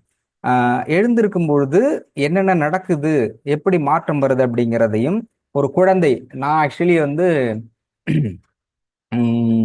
காலேஜ் முடிச்சுட்டு அதுக்கப்புறம் காலேஜில் ஒர்க் பண்ணிட்டு இருந்தேன். காலேஜில் வந்து இன்ஜினியரிங் காலேஜில் ஒர்க் பண்ணிட்டு இருக்கும் பொழுது இதை பற்றி நான் படித்தேன். அதாவது எம்பிபிஎஸ் பாடத்தில் செகண்ட் இயரில் எம்பிரியாலஜி கருவியல் அப்படிங்கிற புக்கு, அதில் ஒரு கரு எப்படி உற்பத்தி ஆகுறது, நான் கவிதை அப்போ எழுதிக்கிட்டு இருந்தேன், கவிதை புத்தகம் வெளியிட்டிருக்கேன், வானவில் சாலை. இப்போ வானவில் சாலைக்காக நிறைய எழுதியிருந்தேன், 16 புத்தகங்கள் கிட்டத்தட்ட எழுதி வச்சிருக்கேன், அதை ரிலீஸ் பண்ணல. பட் அதில் செலக்ட் பண்ணி தான் வானவில் சாலை ரிலீஸ் பண்ணுறேன். அப்போ வானவில் சாலை கவிதை புத்தகம் நம்ம ரிலீஸ் பண்ணும் பொழுது ஒரு கவிதையா மட்டுமே இது இருக்கக்கூடாது, கவிதையிலும் அறிவியல் இருக்கணும் அப்படிங்கிறதுக்காக ஒரு அம்மாவை வந்து நம்ம ஹைலைட் பண்றோம். அம்மா வந்து ஈவன் உலக இலக்கியம், சங்க இலக்கியம், குறிப்பாக தமிழர்கள், சித்தர்கள் எல்லாமே சொல்றது வந்து அன்னை, எல்லாமே உலகம் முழுவதும் சொல்றது அன்னைக்குத்தான், கடவுளை விடவும் தந்தையை விடவும் முதலிடத்தில் இருப்பது அன்னை. அன்னைக்கு தான் முக்கியத்துவம். ஏன் அம்மாவுக்கு முதல்ல முக்கியத்துவம் கொடுக்குறோம் அப்படிங்கிறதும், அப்போ ஒரு கரு எப்படி உருவாகிறது, என்னென்ன ஸ்டேஜில் இருக்குது அப்படிங்கிறதையும் எம்பிரியாலஜி புக்கு, அந்த புக்கை ஃபுல்லாக படிச்சு 400 பக்கம், கிட்டத்தட்ட 400 பக்கமும் ஃபுல்லாக படிச்சு முடிச்சுட்டு அதுல இருந்து ஹிண்ட்ஸ் எடுத்துட்டு அந்த ஹிண்ட்ஸை வச்சுட்டு நான் கவிதை எழுதினேன். அது வந்து கடவுளை காண் அப்படிங்கிறது லேட்டரான் முடிஞ்சா நான் பண்றேன். தாய் அப்படிங்கிறதுல அது ஒரு 6 பக்கம் வரும். 6 பக்கம்ங்கிறத எழுதியிருக்கேன். 6 பக்கம் நான் எழுதுறதுக்கு எம்பிரியாலஜி புக்கில் முழுமையாக கருவியல் எம்பிபிஎஸ் புக், மெடிக்கல் புக்கு ஃபுல்லாக படிச்சுட்டு அதுல எல்லா நோட்ஸும் எழுதி முடிச்சுட்டு அந்த நோட்ஸ்ல இருந்து எழுதுனது. அதுல எந்தெந்த மைக்ரோ லெவல்ல இருக்குது, மில்லி மைக்ரோ ஒரு கரு எப்படி வருது, அதுல சைக்கோட் எப்படி ஃபார்ம் ஆகுது, எந்தெந்த டயத்துல எப்படி எப்படி ஃபார்ம் ஆயிடுது, ஃபர்ஸ்ட் துடிக்கிற அந்த இதய துடிப்புங்கிறது எந்த நாள்ல நடக்குது, எத்தனாவது நாள்ல நடக்குது, 7வது வாரத்துல வந்து முதுகு ஒரு ஒரு வாரமும் போட்டிருப்பேன். 7வது வாரத்துல வந்து கரு அந்த குழந்தையோட முதுகு தண்டு இருக்கு இல்லையா, அது வந்து 7வது வாரத்துல ஓரளவுக்கு ஸ்ட்ரென்த்தனா தெரியும். 9வது வாரத்துல ஆண் பெண், ஆண் பெண் அப்படிங்கிறது பெரியதுங்கிறது 9வது வாரத்துல. அது ஒவ்வொரு வாரத்திலையும் அந்த ஸ்டேஜ், குழந்தையோட ஸ்டேஜ் எப்படி மாறும் அப்படிங்கிறத பற்றியான விஷயங்கள் ஃபுல்லா என்னுடைய கவிதை புத்தகத்துல நான் போட்டிருந்தேன். அதன் பிறகு 280 சரியாக சொல்லணும்னா 35 டு 40வது வாரம் 286 அவங்க மெடிக்கல் ரிப்போர்ட் படி, அந்த புக்ல அவங்க சொல்றது மெடிக்கல்ல 286 நாட்களுக்கு அந்த நாள்ல தான் ஒரு குழந்தை பிறக்கும். அதுல முன்ன பின்ன இருக்கலாம், கரெக்டா தன்னால் அதோட கரெக்டான ஸ்டேஜ் எப்படி இருக்கும். அப்போ ஒரு குழந்தை பிறக்கின்ற பொழுது அந்த ஸ்டேஜ்ல அவங்க எப்படி இருப்பாங்க, அப்போ அந்த மாற்றம் எப்படி நடக்கும் அப்படிங்கிறது. சிசேரியனுங்கிறது எந்த ஸ்டெப்ஸ்ல எடுக்கிறாங்க, இந்த தலை சுத்தி தலை வந்து திரும்பல அப்படிங்கிறது, கழுத்துல வந்து மாலை சுத்திச்சு, இந்த மாதிரி விஷயங்கள்லாம் நிறைய போடுறாங்க. இந்த மாதிரி பிரச்சனைகள் எல்லாம் ஏன் வருகிறது, இது வராமல் இருப்பதற்கு என்ன செய்ய வேண்டும், முன்கூட்டியே அந்த அதுக்கு ஒரு மெடிசன் இருக்குது டக்குன்னு வரல. அந்த மெடிசனுக்கு தொடர்ச்சி சாப்பிட்டு இருந்தா டெஃபினட்டா சுகப்பிரசவம் தான் வரும். அது வந்து சித்தர்கள் கிளியரா சொல்லியிருக்கிறாங்க, இந்த இதை சாப்பிட்டு எப்படி எப்படி சாப்பிட்டுறணும். அது எல்லாத்தை விடவும் ரொம்ப எளிமையான விஷயம் தான் அதிகாலையில் எழுதல் அப்படிங்கிறது ரொம்ப விஷயம். ஏன்னா இந்த அதிகாலை நேரத்தில் நீங்க எழுகின்ற பொழுது நுரையீரல் 3 to 5 இந்த நேரம் தான் ஆக்சிஜன் உடல் வந்து நுரையீரல் நம்ம உடம்பை இயக்கக்கூடிய சக்தியாக இருக்கக்கூடிய உயிர் சக்தியை எல்லா பாகங்களுக்கும் எடுத்து சென்று அந்தந்த பாகத்தை சரியாக இயங்கக்கூடிய வேலையை செய்யக்கூடிய காற்றை உள்வாங்கக்கூடியது அப்படின்னாக்க இந்த தான். அப்போ இந்த நேரத்தில் நாம் எழ வேண்டும் அப்படின்னு நம்ம சொல்றதுக்கு மிக முக்கியமான அடிப்படையான மிகப்பெரிய உண்மைங்கிறது 3 நம்மை நாம் வலுவாகவும், நாம் எதை செய்ய வேண்டுமோ அதை தெளிவாகவும், வாழ்க்கையை நிதானத்தினுடனும் செயல்பட வேண்டும் அப்படின்னு சொன்னாக்க இந்த பிரம்ம முகூர்த்தம் அப்படின்னு சொல்லக்கூடிய 3 to 5 கம்பல்சரி எழுந்திருக்கணும். எழுந்திருச்சு அதுக்கப்புறம் கூட படுத்துக்கலாம். நம்ம ஏற்கனவே சொல்ல மாதிரி சார் வந்து படுக்கக்கூடாது, ஏன்னா இப்போ ஒரு எனர்ஜி வாங்கிருந்தா இட் வில் பி கண்டினியூ. அப்போ படுக்கிறத கூட நீங்க இரவுல முன்னாடியே படுத்துருங்க அப்படின்னு சொல்றாங்க. அப்போ நான் சொல்லும் பொழுது நம்ம இந்த இந்த விஷயமா இருக்கும்போது நான் பெரும்பாலுமே ஆரம்ப காலகட்டத்தில் வந்து பள்ளி படிக்கும்போது சரி, கல்லூரியில் படிக்கும்போது சரி, நமக்கு இந்த விடியாளர் மேட்டர் செட் ஆகாது. ஏன்னா இந்த டயத்துல ஏஞ்சிச்சேன்னா அதுக்கப்புறம் தான் தூக்கம் பயங்கரமா வரும்.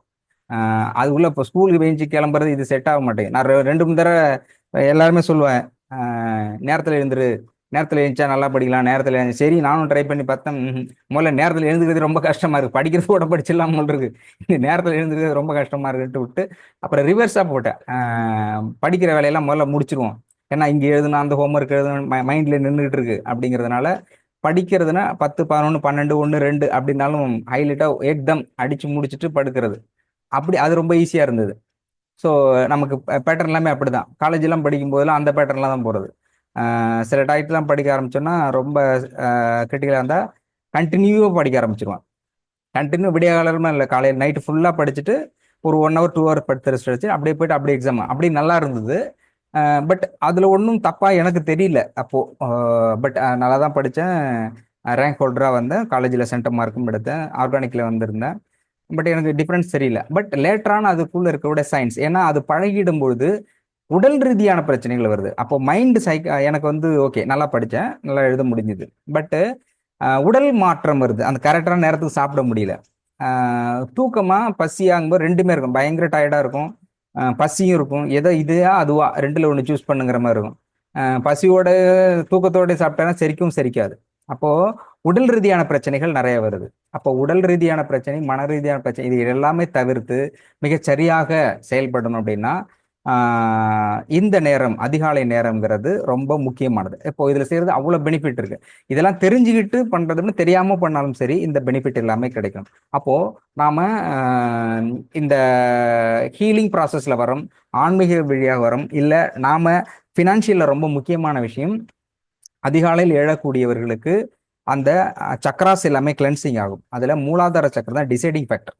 மூலாதார சக்கராவை கிரியேட்டிங், இந்த தனஞ்சயின் வாயு இருக்கு இல்லையா, இது ரொம்ப கரெக்டா பர்ஃபெக்டா எல்லாத்தையுமே டியூன் பண்ணுது. அதை விட முக்கியமானதுன்னா தனஞ்சயின் வாயு வந்து இருக்கிறதுல எக்ஸ்ட்ராடினரி, அதுதான். அப்போ அந்த ஏற்கனவே இருக்கக்கூடிய 9 வாயுக்களையும் இது கரெக்டா லீட் பண்ணும். சப்போஸ் உயிர் போகுது அப்படின்னாக்க ஒவ்வொரு வாயுவா பிரிஞ்சுக்கிட்டு இருக்கும். மூச்சு காற்றுனா மூச்சு கடைசியா தான் ஃபைனலா நிற்கும்.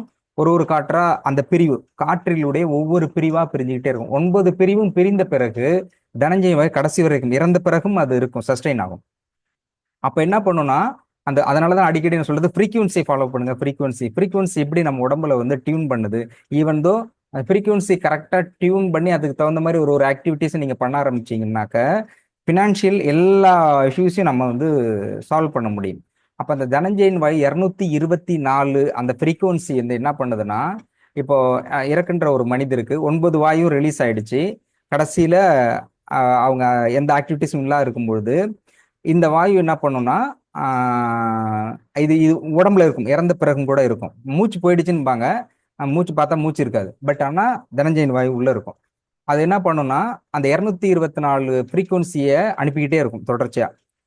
அனுப்பிக்கிட்டே இருக்கும்போது அதை உள்வாங்கி ரியாக்ட் பண்ணக்கூடிய மற்ற 9 வாயுக்களும் இல்லைங்கும்போது இது என்ன பண்ணும், உடம்பு வந்து வீங்க ஆரம்பிக்கும். உடம்பு வீங்கிறதுக்கு மிக முக்கிய காரணம் தனஞ்சய வாயு.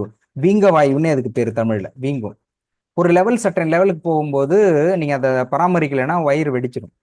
அப்போ அந்த வேலையை, உடலை வீங்க செய்யக்கூடிய வேலையை செய்வது அப்படிங்கிற தனஞ்சயின் வாயு. இதே வாயு தான் கருவை வெளியேற்றுவதற்கும் பயன்படுது. அப்போ இந்த வாயு இருக்கு இல்லையா, இதை எப்படி நம்ம செய்யுது? அப்போ நம்ம மூச்சு விடுறதுலே பெரிய விஷயமா இருக்கு. இதுல 10 வாயுவையும் எப்படி ரியாக்ட் பண்ண வைக்கிறது?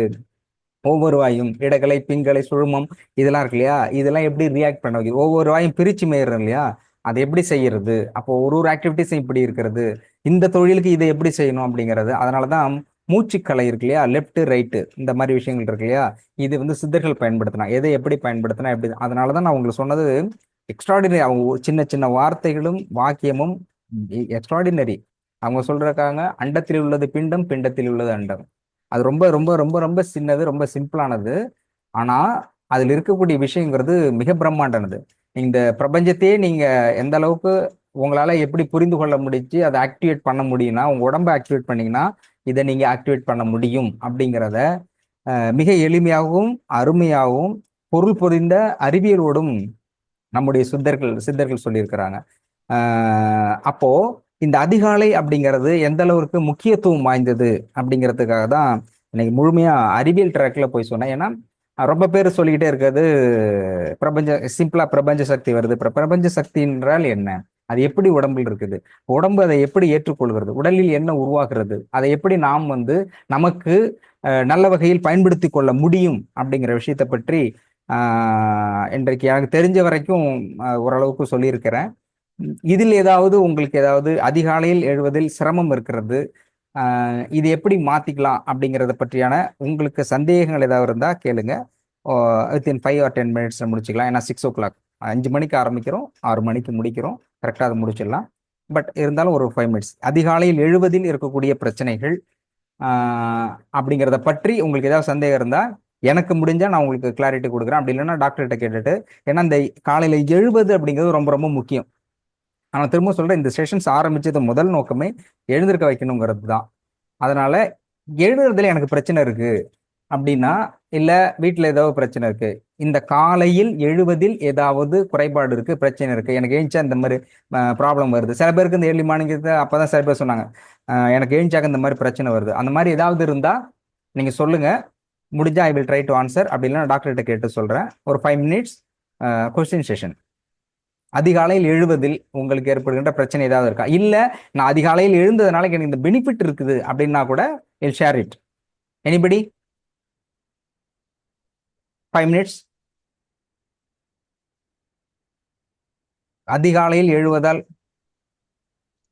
பெனிஃபிட். வணக்கம் ஐயா. வணக்கம் சார்.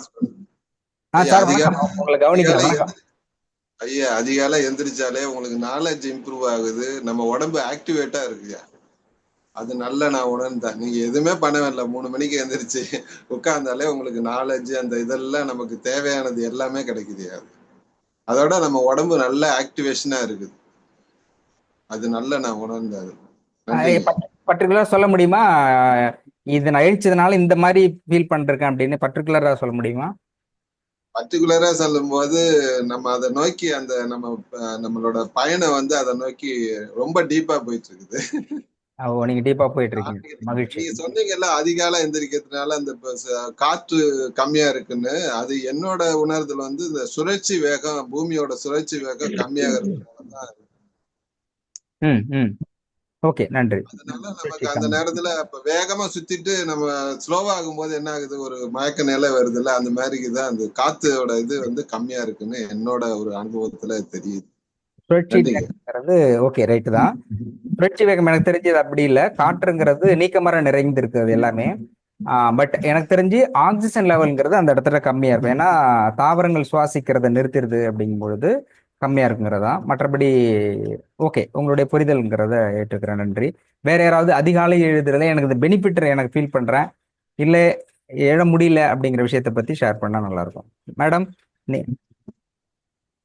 71 21 சொல்லுங்க மேடம். தமிழ்மணி மேடமா,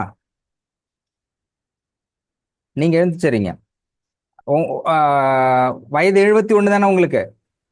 ஆமாங்க ஐயா. 71. எத்தனை மணிக்கு எழுந்திருக்கிறீங்க? 3 மணிக்கு எந்திரிச்சுங்க ஐயா. 3 மணிக்கு எழுந்திருக்க. எப்பயுமே இப்படிதானா இல்ல இப்பதானா? ஒரு கிட்டத்தட்ட 1 வருஷமாவே. ஒரு ஆண்டுகளா 3 மணிக்கு எழுந்திருக்கிறீங்க? அதுக்கு முதல்ல இப்ப 3 மணிக்கு எந்திரிச்சிருங்க ஐயா. 3 மணிக்கு எழுந்திருறீங்க. எத்தனை மணிக்கு அப்பனா படுக்கிறீங்க? 9 to 10க்குள்ள படுத்துருவேங்க. Very good, super. 10 மேல எப்பவுமே ஆகாது. கரெக்ட், அட்டகாசம். 9 to 10 உங்களுக்கு நிச்சயமா வந்து இந்த இந்த டைமிங், மேடம் சொல்ற டைமிங் 9 மணிக்கு படுத்துட்டு 3 அல்லது 4 அந்த மாதிரில எழுந்தா பெரும்பாலும் நோய்களை குறைச்சல். அந்த பிபி சுகர் இருக்குங்களா இல்லையா, அவங்க தயவு செஞ்சு இந்த டைமிங்ல ஃபாலோ பண்ணும். ஓகே, சரி. இந்த 3 மணிக்கு எழுந்திருக்கிறதுனால உங்களுக்கு என்ன பெனிஃபிட்டா நீங்க ஃபீல் பண்றீங்க? நல்லா நைட் வரைக்கும் நல்லா சுறுசுறுப்பா இருக்க முடியுதுங்க. ஃபீல் பண்றேன். நீங்க நல்லா சுறுசுறுப்பா இருக்க முடியுது. இல்ல நீங்க என்ன ஃபீல் பண்றதை விட நான் ஃபீல் பண்றேன்னா, 70 கிராஸஸ்ல ஒருத்தர் வந்து இவ்வளவு ஆக்டிவா இருந்து எழுந்துட்டு இன்னும் வேலைக்கு போயிட்டு இருந்து எல்லா வேலையும் பார்த்துட்டு, சமைக்கிறதுல இருந்து வெளியில வேலையும் பார்த்துட்டு போயிட்டு வர்றீங்க. எந்த கம்ப்ளைண்ட்ஸ், வித்தவுட் எனி கம்ப்ளைண்ட்ஸ். நான் இதில் சொல்லும்போது கூட ரொம்ப பேர் பார்த்தா லிஸ்ட் அவுட்டே கொடுக்குறாங்க. தினதந்தி பேப்பர் மாதிரி எழுதுனா தலைவலி, வயிற்று வலி, வாய் வலி, மூக்கு வலி, தொண்டை வலி, இடுப்பு வலி, துணை வலி, மேலும் இந்த பக்கம் சைடு பண்ண பிபி சுகரு, இது அதுக்கு முன்னாடி இது என்னன்னா எழுதுனா மூச்சே வாங்கிட்டு போதுமா கொஞ்சம் வெயிட் பண்ணுங்க சார், கொஞ்சம் வெயிட் பண்ணுங்க. அப்புறம் சொன்ன அடுத்த பேப்பர் திருப்பு எழுது அப்படின்னா, சில பேர் வந்து எழுதிட்டு சொல்லுவாங்க இதனுடைய அடுத்த பக்கம் அடுத்த வாரம் அனுப்புகிறேன் திரும்ப லெட்டர் வருது. அந்த அளவுக்கு எழுதுறாங்க. பட் எதுவுமே இல்லாம நீங்க ஆக்டிவா இருக்கிறீங்கிறது இந்த அதிகாலையில் எழுது அப்படிங்கறது முக்கியமா நினைக்கிறேன். ரொம்ப மகிழ்ச்சி, நன்றி. எல்லாருக்குமே தெரியணும் அப்படிங்கிறத அடிக்கடி உங்களை நான் அதை மெயின் பண்றேன். 70+ போது ரொம்ப பேர் நினைச்சேன் வயசானாலே நோய் வந்துடும் அப்படிங்கிற தாட் இருக்குது. அதை பிரேக் பண்ணிட்டு நீங்க 70 இயர்ஸ் நம்மளுடைய இந்த குழுவிலே முன்னுதாரணமா இருக்கீங்க. 70+71 வயசு ஆகுது.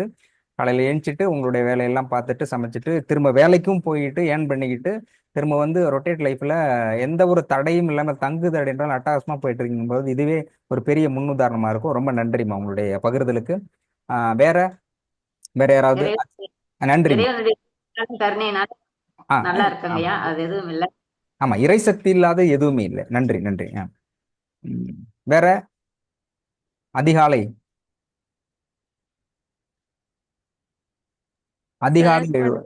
அன்பான வணக்கம் சார். இந்த நிகழ்ச்சினாலதான் சார் நான் எந்திரிக்கிறேன். இல்லைன்னா இப்ப கூட நீங்க இன்னைக்கு இல்லன்னு சொன்னா நான் தூங்கிடுவேங்க சார். நீங்க தான் எனக்கு இன்ஸ்பிரேஷனா இருக்கீங்க. ஓ, நன்றி நன்றி. சரி, நீங்க எழுந்திருக்கிறீங்க, ஓகே, காலையில எழுந்திருக்கிறீங்க. இதனால என்ன உங்களுக்கு பலன்? பலன் இருக்கு. பலன் இல்லாம எந்த மேலே எப்பவுமே எந்திரிக்கணும்னு நினைப்போங்க சார், எந்திரிக்க மாட்டோம். ஆனா எந்திரிச்சிட்டோம். இப்ப என்னன்னா ஃபுல் டே நமக்கு கிடைக்குதுங்க சார். Full day. ஏன்னா காலையில இருந்து நைட் வரைக்கும் ரொம்ப நாள் நமக்கு கையில இருக்கிற மாதிரி இருக்கு. இன்னுமே எந்த வேலையும் செய்யல, தூங்கிட்டு தான் இருக்கேன். இருந்தாலுமே எனக்கு வந்து முழிப்பு வந்துரும் அப்படிங்கிற ஒரு அவேர்னஸ்ங்க சார். இப்போ இந்த 3 days-ஆ ட்ரௌசியாவே இருக்கலைங்க சார் எனக்கு. இல்லன்னா காலையில எந்திரிச்சு உட்கார்ந்தவனே தூக்கமாவே வரும், கண்ணு மூடிட்டே தான் இருப்பேங்க சார் எனக்கு. இப்ப வந்து கழுத வந்து கண்ணு வந்து பிரைட் ஆயிடுச்சு. அப்போ வந்து நேத்து கூட நான் ஃபீல் பண்ணேன், நான் இன்னைக்கு தூங்க கூடாது அப்படின்னு. ஆனா அந்த ட்ரௌசினஸ் இருக்கவே இல்லைங்க சார். கண்ணுல வந்து அந்த தூக்கம் அப்பவே இருப்பேன் எப்ப பார்த்தாலும். ஐயோ 4 மணிக்கு எந்திரிக்கிறனால இப்படி இருக்கா. ஆனா இந்த 3 days நான் ஃபீல் பண்ணது, நான் எனக்குள்ள ஒரு ஃப்ரெஷ்னஸ் வந்துருச்சுங்க சார். நான் இந்த மேலும் உங்க கிளாஸ் கண்டிப்பா இருக்கணும், நானும் கண்டிப்பா எந்திரிச்சிருவேன் அப்படிங்கிற ஒரு நம்பிக்கை இருக்குங்க சார். ஃப்ரெஷ்ஷா ஃபீல் பண்றேன் நான். நன்றி நன்றிம்மா. நீங்க அந்த ஸ்டார்டிங்ல தான் உங்களுக்கு இந்த எழுதுறது வந்து பிரச்சனையா இருக்கும். போக போகனீங்கன்னா அதுவே ஆக்சுவலி நீங்க கரெக்டா இதை டெடிகேட்டடா பண்றீங்கன்னா அது டெஸ்ட் எப்படின்னா, இப்போ ஒரு 3 மணிக்கு இல்லை 4 மணிக்கு எழுந்திருக்கீங்க, 4 மணிக்கு அலாரம் வச்சு ஒரு 48 நாள் 4 மணிக்கு கரெக்டாக அலாரம் வச்சுன்னா 49 நாள் நீங்கள் அலாரத்தை ஆஃப் பண்ணிட்டீங்கன்னா கரெக்டாக நீங்கள் எழுந்திருக்கீங்கன்னா உங்க பாடி உங்க சொல்றதை கேட்குது, அது அட்லீஸ்ட் டியூன் ஆகும் கரெக்டா ஆமாங்க ஆஃப் சார். பண்ணு. இப்போ நான் அலாரம் வச்சாலும் அது நான் எந்திரிச்சுதாங்க சார் அதை ஆஃப் பண்றேன். அதை அடிச்சு நம்ம எழுந்திருக்கிறத விட நம்ம போய் அதை அடிச்சு தூங்க வைக்கிற மாதிரி. ஆமாங்க சார். இப்போ 4 மணிக்கு வைப்பேன், அப்புறம் 4:30க்கு வைப்பேன், 4:40க்கு வைக்கிறேன். எல்லா அலாரமும் நான் தாங்க சார் ஆஃப் பண்றேன் நானு. அப்படியா? அப்படிதான் நல்லா இருக்குங்க சார். ஃபீல் நல்லா இருக்கு. காலையில தீபம் வச்சு பாருங்க, நல்லா இருக்கு. அந்த எனக்கு பிடிச்சிருக்கு. என்னையே எனக்கு பிடிச்சிருக்குங்க சார். என்னை கும்பிடுறது, ரொம்ப நீங்க சொன்னது எல்லாமே அது ஆட்டோமேட்டிக்கா வந்துட்டே இருக்கு. ஹைலைட் வாசம் என்னையே எனக்கு பிடிச்சிருக்கு. நல்ல டைட்டில், சினிமா டைட்டில். எனக்கு ரொம்ப பிடிச்சிருக்கு சார் அவங்க சொன்ன விதம். என்னையே என்ன பிடிச்சிருக்கு. அதான் செல்ஃப் சொன்னேன். லவ் தான் மோஸ்ட் இம்பார்ட்டன்ட். செல்ஃப் லவ் தான் most important qualification. Exactly I right. Love that. Yeah super. அதான் சொன்னேன், சினிமா டைட்டில் மாதிரி இருக்கு. என்னையே எனக்கு பிடிச்சிருக்கு. நாம ஏன் அடுத்தவங்களை பிடிச்சிட்டு இருக்கு, அவங்க என்னைக்காவது வெளில போயிடுவாங்க, அவங்க பின்னாடி நம்ம ஓடணும். அதெல்லாம் ஃபாலோ பண்றது ரொம்ப கஷ்டம். நம்மள பிடிச்சிருந்தா நமக்கு தேவையானதெல்லாம் கொண்டு வந்துருவோம். நல்ல டைட்டில் இது.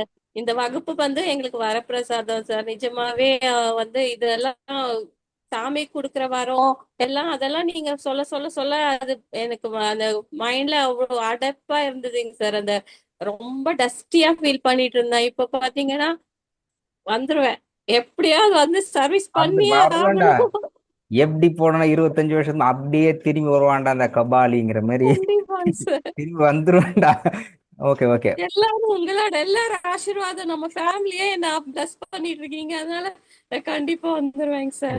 இதுல அடுத்தடுத்த செஷன்ஸ்ல வரும்பொழுது பர்டிகுலரா ஒவ்வொரு டிசீஸுக்கும் எப்படி வந்து இந்த காலை நேரத்தில் இருக்கும்போது என்ன பண்ணணும், ஒரு படிப்படியா எல்லாத்தையுமே உடல்ல வந்து உடல்நிலையில் மாற்றத்தை கொண்டு வர முடியும், நோயற்ற வாழ்வு வாழ முடியும். ஸோ அடுத்தடுத்த இதுல வந்து என்னென்ன செய்யணும், நம்முடைய பெஸ்ட்டை இங்க இருக்கிறவங்க நம்ம ஃபர்ஸ்ட் நம்மளை நாமே வந்து சிறப்பாக வைத்துக்கொள்ள. நீங்க சொன்ன என்ன என்னைக்கே பிடிச்சிருக்கு அப்படிங்கிற மாதிரி நம்மளே சரி பண்ணிக்குவோம். அதுக்கு என்ன செய்யணும் அப்படிங்கிறத அடுத்தடுத்த டாக்டர் செஷன்ஸ்ல கேட்டு நான் உங்களுக்கு ஹிண்ட்ஸ் கொடுக்குறேன். சில பேர் இந்த பிபி சுகர் வந்து தயவு செய்து அவாய்ட் பண்ணுங்க. கொஞ்சம் லேட்டரா நான் அதை ஸ்டார்ட் பண்றேன். சுகர் ஏன் வருது முடிஞ்ச அடுத்த செஷன்ல ஆரம்பிப்போம். சுகருக்காக மட்டுமே ஒரு செஷன்ஸ் ஆரம்பிச்சிருவோம். யாரெல்லாம் இருக்கிறீங்க, வந்தவங்க வராதவங்க எல்லாமே இதை ஃபாலோ பண்ணுங்க. Sugar basic what is that? சுகருங்கிறது டிசீஸே கிடையாது. It's not a disease. When we have take the medicines it will be converted a disease. அது டிசீஸ் இல்லை. சுகருங்கிறது ஏற்றத்தாழ்வுகள் இருக்கும். அப்போ சுகர் வந்து அவாய்ட் பண்ணணும். 100% நம்மளோட இருக்கிற யாருக்குமே சுகர் ஃபர்ஸ்ட், சுகர் பிபி ரெண்டு இருக்கவே கூடாது. மற்றது மேபி இருக்கலாம். சுகர் பிபிங்கிறத 100% அவாய்ட் பண்ண முடியும். அது என்ன பண்ணினால் டே டு டே லைஃப்ல, ஏன்னா ரொம்ப பேர் என்ன ஏஞ்சிருக்கோம் காலங்காலத்தில் ஏஞ்சி உட்கார, இதனால என்னென்ன ஒரு 10 நாள் இல்லை இப்போ 2 மாசம் ஆயிடுச்சா திரும்ப உட்காந்து பார்த்து காலைல ஏஞ்சி தூக்கம் போனதாண்டா மிச்சம், பேசாம தூங்கியா இருந்துருக்கலாம் இருக்கு அப்படி நினைச்சிடக்கூடாது. ஸோ இப்போ இந்த பட்சம் ஏஞ்சோம் அதனால சின்ன பெனிஃபிட்டா இருக்குங்கிறது இல்லையா. அதுல வந்து அடுத்தது வந்து சுகர் வந்து how can be avoid the sugar. எந்த ஸ்டேஜாக இருந்தாலும் பரவாயில்ல, படிப்படியா ப்ராக்டிஸ் மூலமா எப்படி இந்த சுகர் ஃபர்ஸ்ட் அவாய்ட் பண்றது, பிபி இது ரெண்டுமே டோட்டலா எப்படி எந்த ஏஜா இருந்தாலும் பரவாயில்ல அது எப்படி வந்து அவாய்ட், அது வராம தடுக்கிறது அப்படிங்கிறத பத்தி பேசலாம். பட் அதிகாலையில் எழுந்திருக்கோம் இல்லையா, சப்போஸ் உடல் மனம் குடும்ப பிரச்சனை இந்த விஷயம் உங்களுக்கு உடம்பு சரியில்லை அப்படின்னு யாராக இருந்தாலும் இந்த அதிகாலையில் எழுங்க. அதனாலதான் நம்ம 3 to 3 o'clock எழ முடியாது. அட்லீஸ்ட் 3 to 6 இந்த டைமுக்குள்ள இருக்கிற எழுகின்ற பொழுது எந்த வித பிரச்சனை, அது பர்டிகுலர் அந்த டைமா இருந்தா கரெக்டா இருக்கும். அட்லீஸ்ட் இந்த டைமாக இருந்தா என்ன ப்ராப்ளமா இருக்குதோ அதை ஃபைண்ட் அவுட் பண்ணி அதுக்கு தகுந்த மாதிரி சில ப்ராக்டிஸ் பண்ணா அதை சரி பண்ண முடியும். எந்த பிரச்சனையும் சரி படிப்படியா பார்க்கலாம். இப்போ முடிக்கிற ஸ்டேஜ்ல இருக்கும். அதனால வேற யாராவது அதிகாலையில் எழுதுனால எனக்கு இந்த பெனிஃபிட் இருக்குது அப்படின்னு சொன்னா, இல்ல பெனிஃபிட் இல்லைன்னாலும் சொல்லுங்க ஏன் எழுதுங்கிறது. ஒரு 2 நிமிஷம் பேசலாங்களா? எஸ் ஐயா இந்த சசிரேகா மேடம் ஒரு 15 days பிஃபோர் வந்து எனக்கு தூக்கமா வருதுங்க, நான் ஐயா கிட்ட சொல்லி ஏதாவது மருந்து வாங்கணும்னு சொல்லியிருந்தாங்க. அண்ணா வாய்ஸ் பிரேக் ஆகுது. தங்கச்சி பாசமலர் போய் பாசமலர்ல இருந்து தங்கச்சி உங்களுக்கு அறைகோல் விடுகிறார். ஐயா இப்ப கேக்குங்களா ஐயா? தங்கச்சி தான் சொல்லணும். இப்ப கேக்குங்களா? கேக்குது. ரைட், நன்றி. சசிரேகா மேடம் ஒரு 15 days பிஃபோர் வந்து என்கிட்ட மெடிசன் கேட்கறாங்க. எப்படி மெடிசன் கேட்கறாங்கன்னா, ஐயா கிட்ட பேசி ஆசி தம்பி கிட்ட வந்து எனக்கு தூக்கமா வருது, இதுக்கு வந்து ஏதோ ஒரு மெடிசன் கண்ட்ரோல் பண்றதுக்கு ஒரு மெடிசன் வேணும்னு கேட்டாங்க. நான் சொன்னேன் போக போக சரியாயிரும்னு சொல்லியிருந்தேன். இன்னைக்கு அவங்களே வந்து ரொம்ப உற்சாகமா மாறிட்டாங்க. ரொம்ப பெரிய விஷயம். நேற்று ஐயா ஒரு இது காரணத்தை சொன்னார். இந்த குழுவில் வந்து பயணம் பண்றதுக்கே நீங்க பிறப்புல கொடுத்து வச்சிருக்கணும். இந்த அதிகாரிகள் எந்திரிச்சு இவ்வளவு கிளாஸ் அட்டன் பண்றதுக்கு உங்களுக்கு கொடுப்பினை இல்லாம இது நடக்காது. இது நிஜம், இது எழுதப்பட்ட விதி. அதே மாதிரி இப்ப சசிரேகா மேடம் ஆகட்டும், நம்ம குழுவில் இருக்கிற அக்கா தங்கச்சிய அண்ணன் தம்பி எல்லாருமே இன்னைக்கு உள்ள இருக்காங்கன்னா இது எல்லாமே நமக்கு எழுதப்பட்டது. கண்டிப்பா. ஒரு சின்ன உதாரணம் சொல்றேங்க. சின்ன உதாரணம். நான் ஒரு தடவை ஒரு சின்ன 2 நிமிஷம் பேசி முடிச்சிடறேன், தப்பா எடுத்துக்க வேண்டாம். நான் வந்து லைசன்ஸ் எடுக்க, பைக்குக்கு லைசன்ஸ் எடுக்க போனேன். அப்ப அந்த காலத்துல வந்து ஓட்டி எல்லாம் காட்ட வேண்டியதில்லை. அப்ப எடுக்க போகும்போது ஒரு பெரியவர் எனக்கு லைசன்ஸ் எடுத்து கொடுக்குறாரு. எங்க ஊர் பக்கத்து ஊருக்காரு. யார பைத்தியாரனா இருக்கேன், பைக்குக்கு போய் காருக்கு சேர்த்தி போட்டுக்கடான்னு சொல்லிட்டு சொன்னாரு. அதை விட 200 300 அதிகம். அன்னைக்கு காருக்கு சேர்த்தி போட்டுட்டு எதுக்கு நான் காருக்கு போறேன்னு யோசிச்சேன். அப்ப எனக்குள்ள என்ன மாற்றம்னா, நான் கார் வாங்குவேன். அதே மாதிரி நான் கார் வாங்கினேன். அப்புறம் முதல்ல வந்து பாத்தீங்கன்னா நான்வெஜ் கோழி எல்லாம் நானே வெட்டி செதைச்சு சுத்தம் பண்ணி மஞ்சள் பூசி இத்தனை வேலையும் பண்ணி என் வீட்டுக்கெல்லாம் பரிமாணம் பண்ணுவேன். ஒரு காலத்துல இது தேவையா, இது அவசியமா அப்படின்னு ஒரே நாள்ல முடிவெடுத்தேன். இன்னைக்கு 20 வருஷமா நான் நான்வெஜ்ஜோ முட்டை எதுவும் தொடர்றதில்லை. ஸோ இந்த மாதிரி படிப்படியா நமக்கு வந்து வேக்கப்பட்டது. அதே மாதிரி பாத்தீங்கன்னா நைட்டு 12 மணிக்கு தூங்கினாலும் எனக்கு ஆட்டோமேட்டிக்கா 3 to 4 வேக்கப் ஆயிரும். அது என்னால எப்படி படுத்தாலும் தூங்க முடியாது, அதுக்கு மேல தூக்கம் வராது. ஸோ இது எல்லாம் எதுக்கான சொல்ல வர்றேன்னா, இது எல்லாமே நமக்கு முன்னாடியே வந்து பிராக்டிஸ் கொடுத்துருச்சு. அது கொடுத்ததுனால எனக்கு வந்து நான்வெஜ் விட்டதுனால காசி பயணங்கள் நிறைய நான் நடத்த ஆரம்பிச்சிட்டேன். பத்ரிநாத், கேதார்நாத் மாதிரி நிறைய ஆன்மீக பயணங்கள் நடத்த ஆரம்பிச்சிட்டேன். இன்னைக்கு இந்த 3 to 4 எனக்கு அந்த வேக்கப், ஆட்டோமேட்டிக் வேக்கப் வந்து இன்னைக்கு ஒரு பெரிய பிராய்ச்சித்தமா, ஒரு பெரிய வரப்பிரசாதமா, சசிரேகா சொன்ன மாதிரி பெரிய கடவுள் எல்லாம் எனக்கு கிஃப்டா இன்னைக்கு இந்த மன்றம் கிடைச்சிருக்கு. இந்த மன்றத்துல நானும் பயணம் பண்ணியிருக்கேன். இந்த குழுவுல நானும் ஒருத்தனா இருக்கேங்கிறது எனக்கு ரொம்ப பெரிய விஷயம். ஸோ ஏதோ ஒண்ணு நம்ம நடத்துது, அதான் உண்மை. நன்றி நன்றிங்க. நன்றி நன்றி. வேற 1 or 2 கொஸ்டின்ஸோட முடிச்சுக்கலாம். அதிகாலையில் எழுவதால் உங்களுக்கு ஏற்பட்டு நீங்க உணர்ந்த நன்மை, இது எனக்கு ஃபீல் பண்றேன், இல்லைன்னா கூட இதுக்கு பேசாம தூங்கிட்டு நான் எழுந்துக்கிறது பெட்டர் சார் அப்படின்னாலும் உங்களுடைய ஓப்பன். இல்லை நான் எழுந்திருக்க முடியல அப்படின்னா கூட சொல்லுங்க சார். சொல்லுங்க சார். நான் ஏற்கனவே வந்து ஒரு 18 வயசுல இருந்தே அதிகாலையில் எழுகிறத ஒரு பழக்கமாவே வச்சிருந்தேன். 18 வயசுல இருந்தா? 18 வயசுல இருந்தே. ரொம்ப நல்லவரா இருக்கீங்க. என்னுடைய குடும்ப சூழ்நிலை காரணமா என் பையன் வந்து படிக்க போனதுக்கு அப்புறம் இப்ப கிட்டத்தட்ட ஒரு லாஸ்ட் ஒரு 3 years வந்து இந்த காலையில எந்திரிக்கிறதே விட்டுட்டேன். அப்படியே காலையில எந்திரிக்கிற அந்த பழக்கத்தையே விட்டுட்டேன். ஏன், என்னங்க நல்ல பழக்கத்தை டப்புன்னு விட்டீங்க? ஆமா சார். என் காலையில எந்திரிச்சு ஒரு 4 o'clock எந்திரிச்சு மேக்சிமம் பாத்தீங்கன்னா ஜிம்முக்கு போறது, வார்ம் அப் பண்றது, செட்டில் விளாடுறது, இந்த மாதிரி நிறைய பிராக்டிஸ் பண்ணிட்டே இருப்பேன். திடீர்னு என் பையன் காலேஜுக்கு போனா அதுக்கப்புறம் பாத்தீங்கன்னா எனக்கு அதுல ஒரு இன்ட்ரெஸ்டே இல்லாம போயிருச்சு. அவனும் நானும் சேர்ந்தே போவோம், எங்க போனாலும் போய் விளையாடுவோம், இது பண்ணுவோம், எல்லாம் செய்வோம். அதை விட்டதுக்கு அப்புறம் பாத்தீங்கன்னா இந்த ஒரு 3 ஆண்டுகள்ல ஒரு கொடூரமான ஒரு பின்னடைவுக்கு போச்சு நம்ம லைஃப் ஸ்டைலே வந்து. அதுல எனக்கு ஒரு பெரிய டச்சிங் கிடைச்சது. சாருடைய வீடியோவை ஒரு நாள் யதார்த்தமா பார்த்தேன். அப்படி பார்க்கும்போது எனக்கு ஒரு ஏன் நம்ம கிட்ட இருந்து இவ்வளவு பழக்கத்தையும் நம்ம விட்டுட்டோம், தேவையில்லாம நம்ம பழைய மாதிரி நல்லாவே இருந்திருக்கலாமே அப்படின்னு சொல்லி ஒரு ஃபீல் பண்ணி இப்ப ஒரு 10-15 நாளா இந்த மார்னிங் எந்திரிக்கிறத ஒரு கண்டினியூவா வச்சு இப்ப பண்ணிக்கிட்டு இருக்கிறேன் நான். இப்ப எனக்கு அந்த ஒரு ஒரு ஒரு எஃபெக்ட் தெரியுது. சரி ரைட், நம்ம முன்னாடி இருந்ததை நம்ம தொலைச்சிட்டு இப்ப திருப்பி தேடிக்கிட்டு இருக்கிறோம் அப்படின்னு சொல்லி. பட் இப்ப ஓரளவுக்கு அந்த ஃபீல் வந்து ஓரளவுக்கு நல்லா இருக்கு அப்படின்றத பாக்குறேன். இல்ல, அந்த மிஸ் பண்ணப்போ என்ன பண்ணீங்க? இப்போ கொஞ்ச நாள் சொன்னீங்க இல்லையா, 4-5 வருஷமா விட்டுட்டேன் அப்படின்னா, விட்டப்போ கண்டினியூ ஃபாலோ பண்றதை மிஸ் பண்றீங்க இல்லையா? அப்ப ஏதாவது என்ன ஃபீல் பண்ணீங்கிறதா முக்கியம். எத்தனை வருஷம் ஏஞ்சிட்டு இருந்தேன், தூங்குனா ரெண்டுக்கும் வித்தியாசம் தெரியலன்னா நீங்க தூங்குறதே பெட்டர். இல்ல சார், நான் வந்து என்னோட ஃபேமிலி வந்து ரொம்ப புவர் ஃபேமிலியா இருந்தா கொஞ்சம் டெவலப் ஆச்சு. ஓகே. என்னோட 20 வயசுக்கு அப்புறம் தான் என்னோட லைஃப்ல வந்து ஒரு ஒரு பிக்கஸ்ட் சேஞ்சஸ் கிடைச்சிச்சு. நல்ல ஒரு முன்னேற்றம், எதிர்பார்க்காத ஒரு அளவுக்கு ஒரு முன்னேற்றத்தை அடைய முடிஞ்சுச்சு என்னால வந்து. ஆனா இந்த கடந்த 3 வருஷமா பாத்தீங்கன்னா, கொரோனாக்கு அப்புறம் அவன் காலேஜுக்கு போனதுக்கு அப்புறம் பாத்தீங்கன்னா, என்னுடைய இந்த பழக்கத்துல மிகப்பெரிய மாற்றம். எல்லாத்தையும் அப்படியே ஒரு லத்தாஜிக்கா விட்டேன். பூரா இது வேணா விடு, எப்படி இருந்தா என்ன, எல்லாமே வரும், வர்றது வரும் அப்படின்னு சொல்லி ஒரு அசால்ட் ஆயிட்டேன். அதோட இதை வந்து நான் ஃபீல் பண்ணி பார்த்தேன். இது தேவையில்லாம நம்மளுடைய பழக்கங்களை நம்மளே கெடுத்துக்கிட்டோம் அப்படின்னு சொல்லிட்டு. அது என்னமோ தெரியல, அன்னைக்கு ஒரு நாள் அந்த யதார்த்தமா அந்த வீடியோ பார்க்கும்போது ஒரு டச்சிங்கா இருந்துச்சு எனக்கு. நம்ம எவ்வளவு மிஸ் பண்ணிருக்கிறோம் இந்த விஷயங்களை அப்படின்னு சொல்லிட்டு. அதோட மாற்றத்தை இப்ப நான் யோசிச்சு பாத்துக்கிட்டு இருக்கிறேன். ரைட்டு, நிறைய தப்பு பண்ணிட்டோம் அப்படின்னு.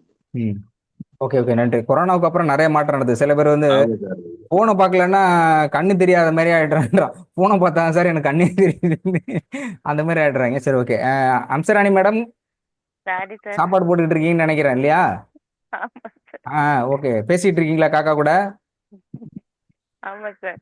ஓகே, மகிழ்ச்சி மகிழ்ச்சி, ரொம்ப சந்தோஷமா இருந்தது. கீதா மேடம், ஐயா நான் ஒரு சில விஷயங்கள் சொல்ல ஆசைப்படுறேன் ஐயா. சொல்லுங்கம்மா. ஐயா நான் சின்ன குழந்தையா இருக்கிற காலத்துல இருந்தே நான் 5 மணிக்கு எழும்பிடுவேன் ஐயா. நான் குழந்தையா இருக்கும் மெடிடேஷனுக்கு போதேவா? ஆமா. பரவாயில்லையே. அப்புறம் நான் இப்போ ஒரு 6 வருஷமா ஐயா நான் 2:30 மணிக்கெல்லாம் எழும்பிடுவேன் ஐயா. எழும்பி என்னோட வேலைகளை செஞ்சுட்டு நான் மெடிடேஷன்ல உட்கார்ந்துருவேன் ஐயா. எனக்கு இது வந்து ஒரு கஷ்டமாலாம் தெரியவே இல்லை ஐயா காலையில எழும்புறதெல்லாம். ஏன்னா எத்தனை மணிக்கு படுத்தாலும் இல்ல, படுக்கிறீங்களா? முதல்ல படுக்கிறீங்களா? அதுதான் சொல்றேன் ஐயா. எந்த ஒரு இப்ப ஒரு எங்கேயும் போயிட்டு வந்து ஒரு லேட் ஆயிருச்சுன்னு 12 மணிக்கு படுத்தாலும் அந்த 2:30 மணிக்கு அது இயற்கையாவே எனக்கு ஒரு முழிப்பு வந்துரும் ஐயா. இது என்னங்க, நீங்க சித்தர்கள், புத்தர்கள், முனிவர்கள் எல்லாம் தாண்டி போயிட்டீங்க. அவங்க 3 மணிக்கு அப்புறம் தான் சொல்றாங்க, நீங்க 2:30 மணிக்கு கிளம்பிட்டீங்க. அப்ப எழுமுனாதான் ஐயா அந்த 3 மணிக்கு சரியா மெடிடேஷன்ல எனக்கு உட்கார முடியும். அப்படி எல்லா கால வேலைகள் எல்லாம் முடிச்சிட்டு ஐயா, கால கடமை எல்லாம் முடிச்சிட்டு வந்து எனக்கு அந்த சரியா 3 மணிக்கு உட்காரணுங்கிற அந்த பிரம்ம முகூர்த்தத்துல நான் மெடிடேஷன்ல இருக்கணுங்கிறது என்னோட எண்ணம் ஐயா. அப்பதான் ஐயா அடுத்து 6:30 மணிக்கு இதெல்லாம் முடிச்சிட்டு போல தெரியுது. பரவாயில்லம்மா. 2:30 மணிக்கு முடிச்சு நம்ம 2:30 மணிலாம் நான் 2:30 மணிக்கு இப்படியே படுத்துருவேன். நானே எழுந்திருப்பேன். ஆனா இவ்வளவு சீக்கிரம் நான் எழுந்திருப்பேன். அட்லீஸ்ட் 3. பரவாயில்ல. மெடிடேஷன், ஃபுல்லா மெடிடேஷன். நேற்று பேசின நீங்க. சரி, I will add my group. அதுல சொல்றேன். நீங்க மெடிடேஷன் சில லீட் கேட்டிருந்தீங்க. ஆன்மீகத்துல அடுத்து போகணும்னு சொல்லிட்டு நான் டாக்டர்கிட்ட சொல்லியிருக்கேன். I will inform to you. Okay, ரொம்ப நன்றிமா. விடிய காலையில இவ்வளவு நேரத்துல ரொம்ப நன்றியா எனக்கு இந்த சந்தர்ப்பத்தை கொடுத்ததுக்கு. ரொம்ப நன்றி. ரொம்ப மகிழ்ச்சி மகிழ்ச்சி. வேற யாராவது செஷன்ஸ்? டெய்லி மேடத்தோட முகத்தை நம்ம தரிசனம் பண்ணிடணும். என்னம்மா? டெய்லி மேடத்தோட முகத்தை நம்ம தரிசனம் பண்ணிடணும். அந்த எனர்ஜியை நம்ம எல்லாம் உள்வாங்கிடணும். மேடம் சாதாரண, நீங்க முதல்ல உங்க முகத்தை தரிசிக்க முடியலையே. இந்த சாரதா தேவி முகத்தை பார்க்கவே முடியல. பத்தியா, அண்ணன் சொல்றாரு தங்கச்சி முகத்தை நான் பார்த்து பல தேவி முகத்தை நீ பார்க்கவே முடியல. நாளைக்கு இருந்து நான் நைட்டிலே இருப்பேன், காட்டுறது இல்ல. எந்த ஒரு விஷயத்தையும் இந்த நிமிஷத்துல இருந்து நம்ம ஒண்ணு செய்யணும்னு நினைச்சா ஒரு புது விஷயத்த இந்த நினைச்ச நிமிஷத்திலேயே நம்ம ஆரம்பிக்கணும். அதுதான் ஒரு நல்ல விஷயம். நல்ல விஷயம். இப்பவே உங்க மொத்த காட்டிடணும்.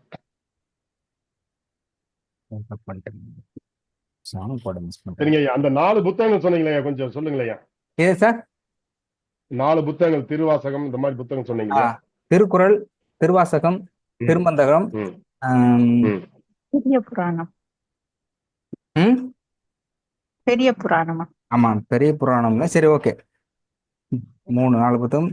திருக்குறள், திருமந்திரம், திருவாசகம், பெரிய புராணம் போட்டு சித்தர்களை பற்றி 18 சித்தர்களை பற்றி.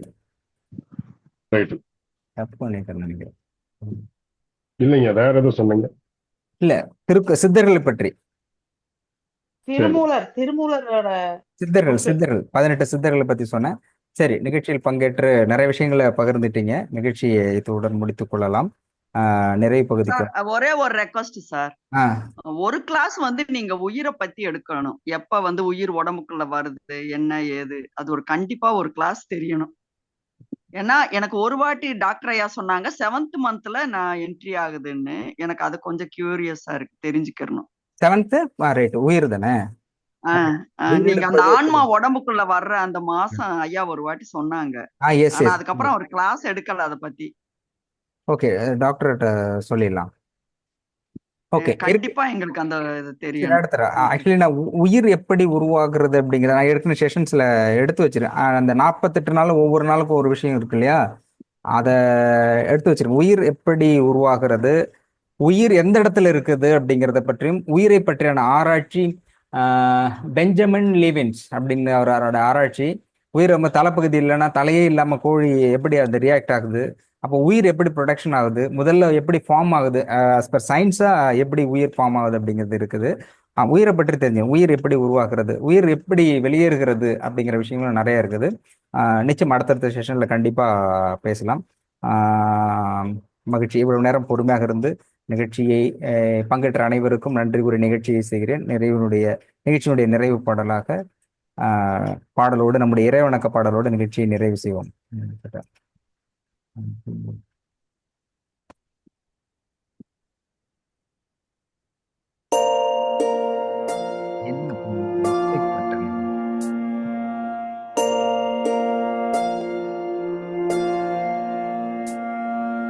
கருவாக்கி உருவாக்கி எனையாண்டு காத்தருளும் இறைவா நன்றி. எங்கும் நிறைந்தோனே எல்லை இலாதானே, எங்கேயும் எப்போதும் என் குலம் காப்பவனே. நெஞ்சம் துணிய துணையாய் வருவாய், நேர்மறை உணர்வுகள் பெருகிடச் செய்வாய். உடலில் உறுதியை பெரிதாய் தருவாய், உனை உணரும் அறிவை என்னுள்ளருள்வாய். சுற்றமனைத்தும் காப்பவனே, செய்தொழிலில் ஏற்றம் தருபவனே, எடுத்த செயலில் வெற்றி கொடு, என் ஆற்றல் பெருகிட அருளை கொடு.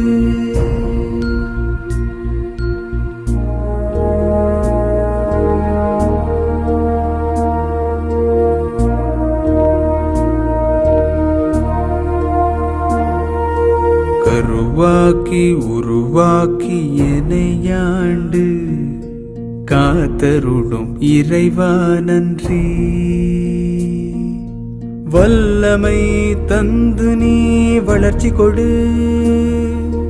அகத்திலும் புறத்திலும் மலர்ச்சி கொடு. வளர்ச்சி கொடு, மலர்ச்சி கொடு, வளர்ச்சி கொடு, மலர்ச்சி கொடு.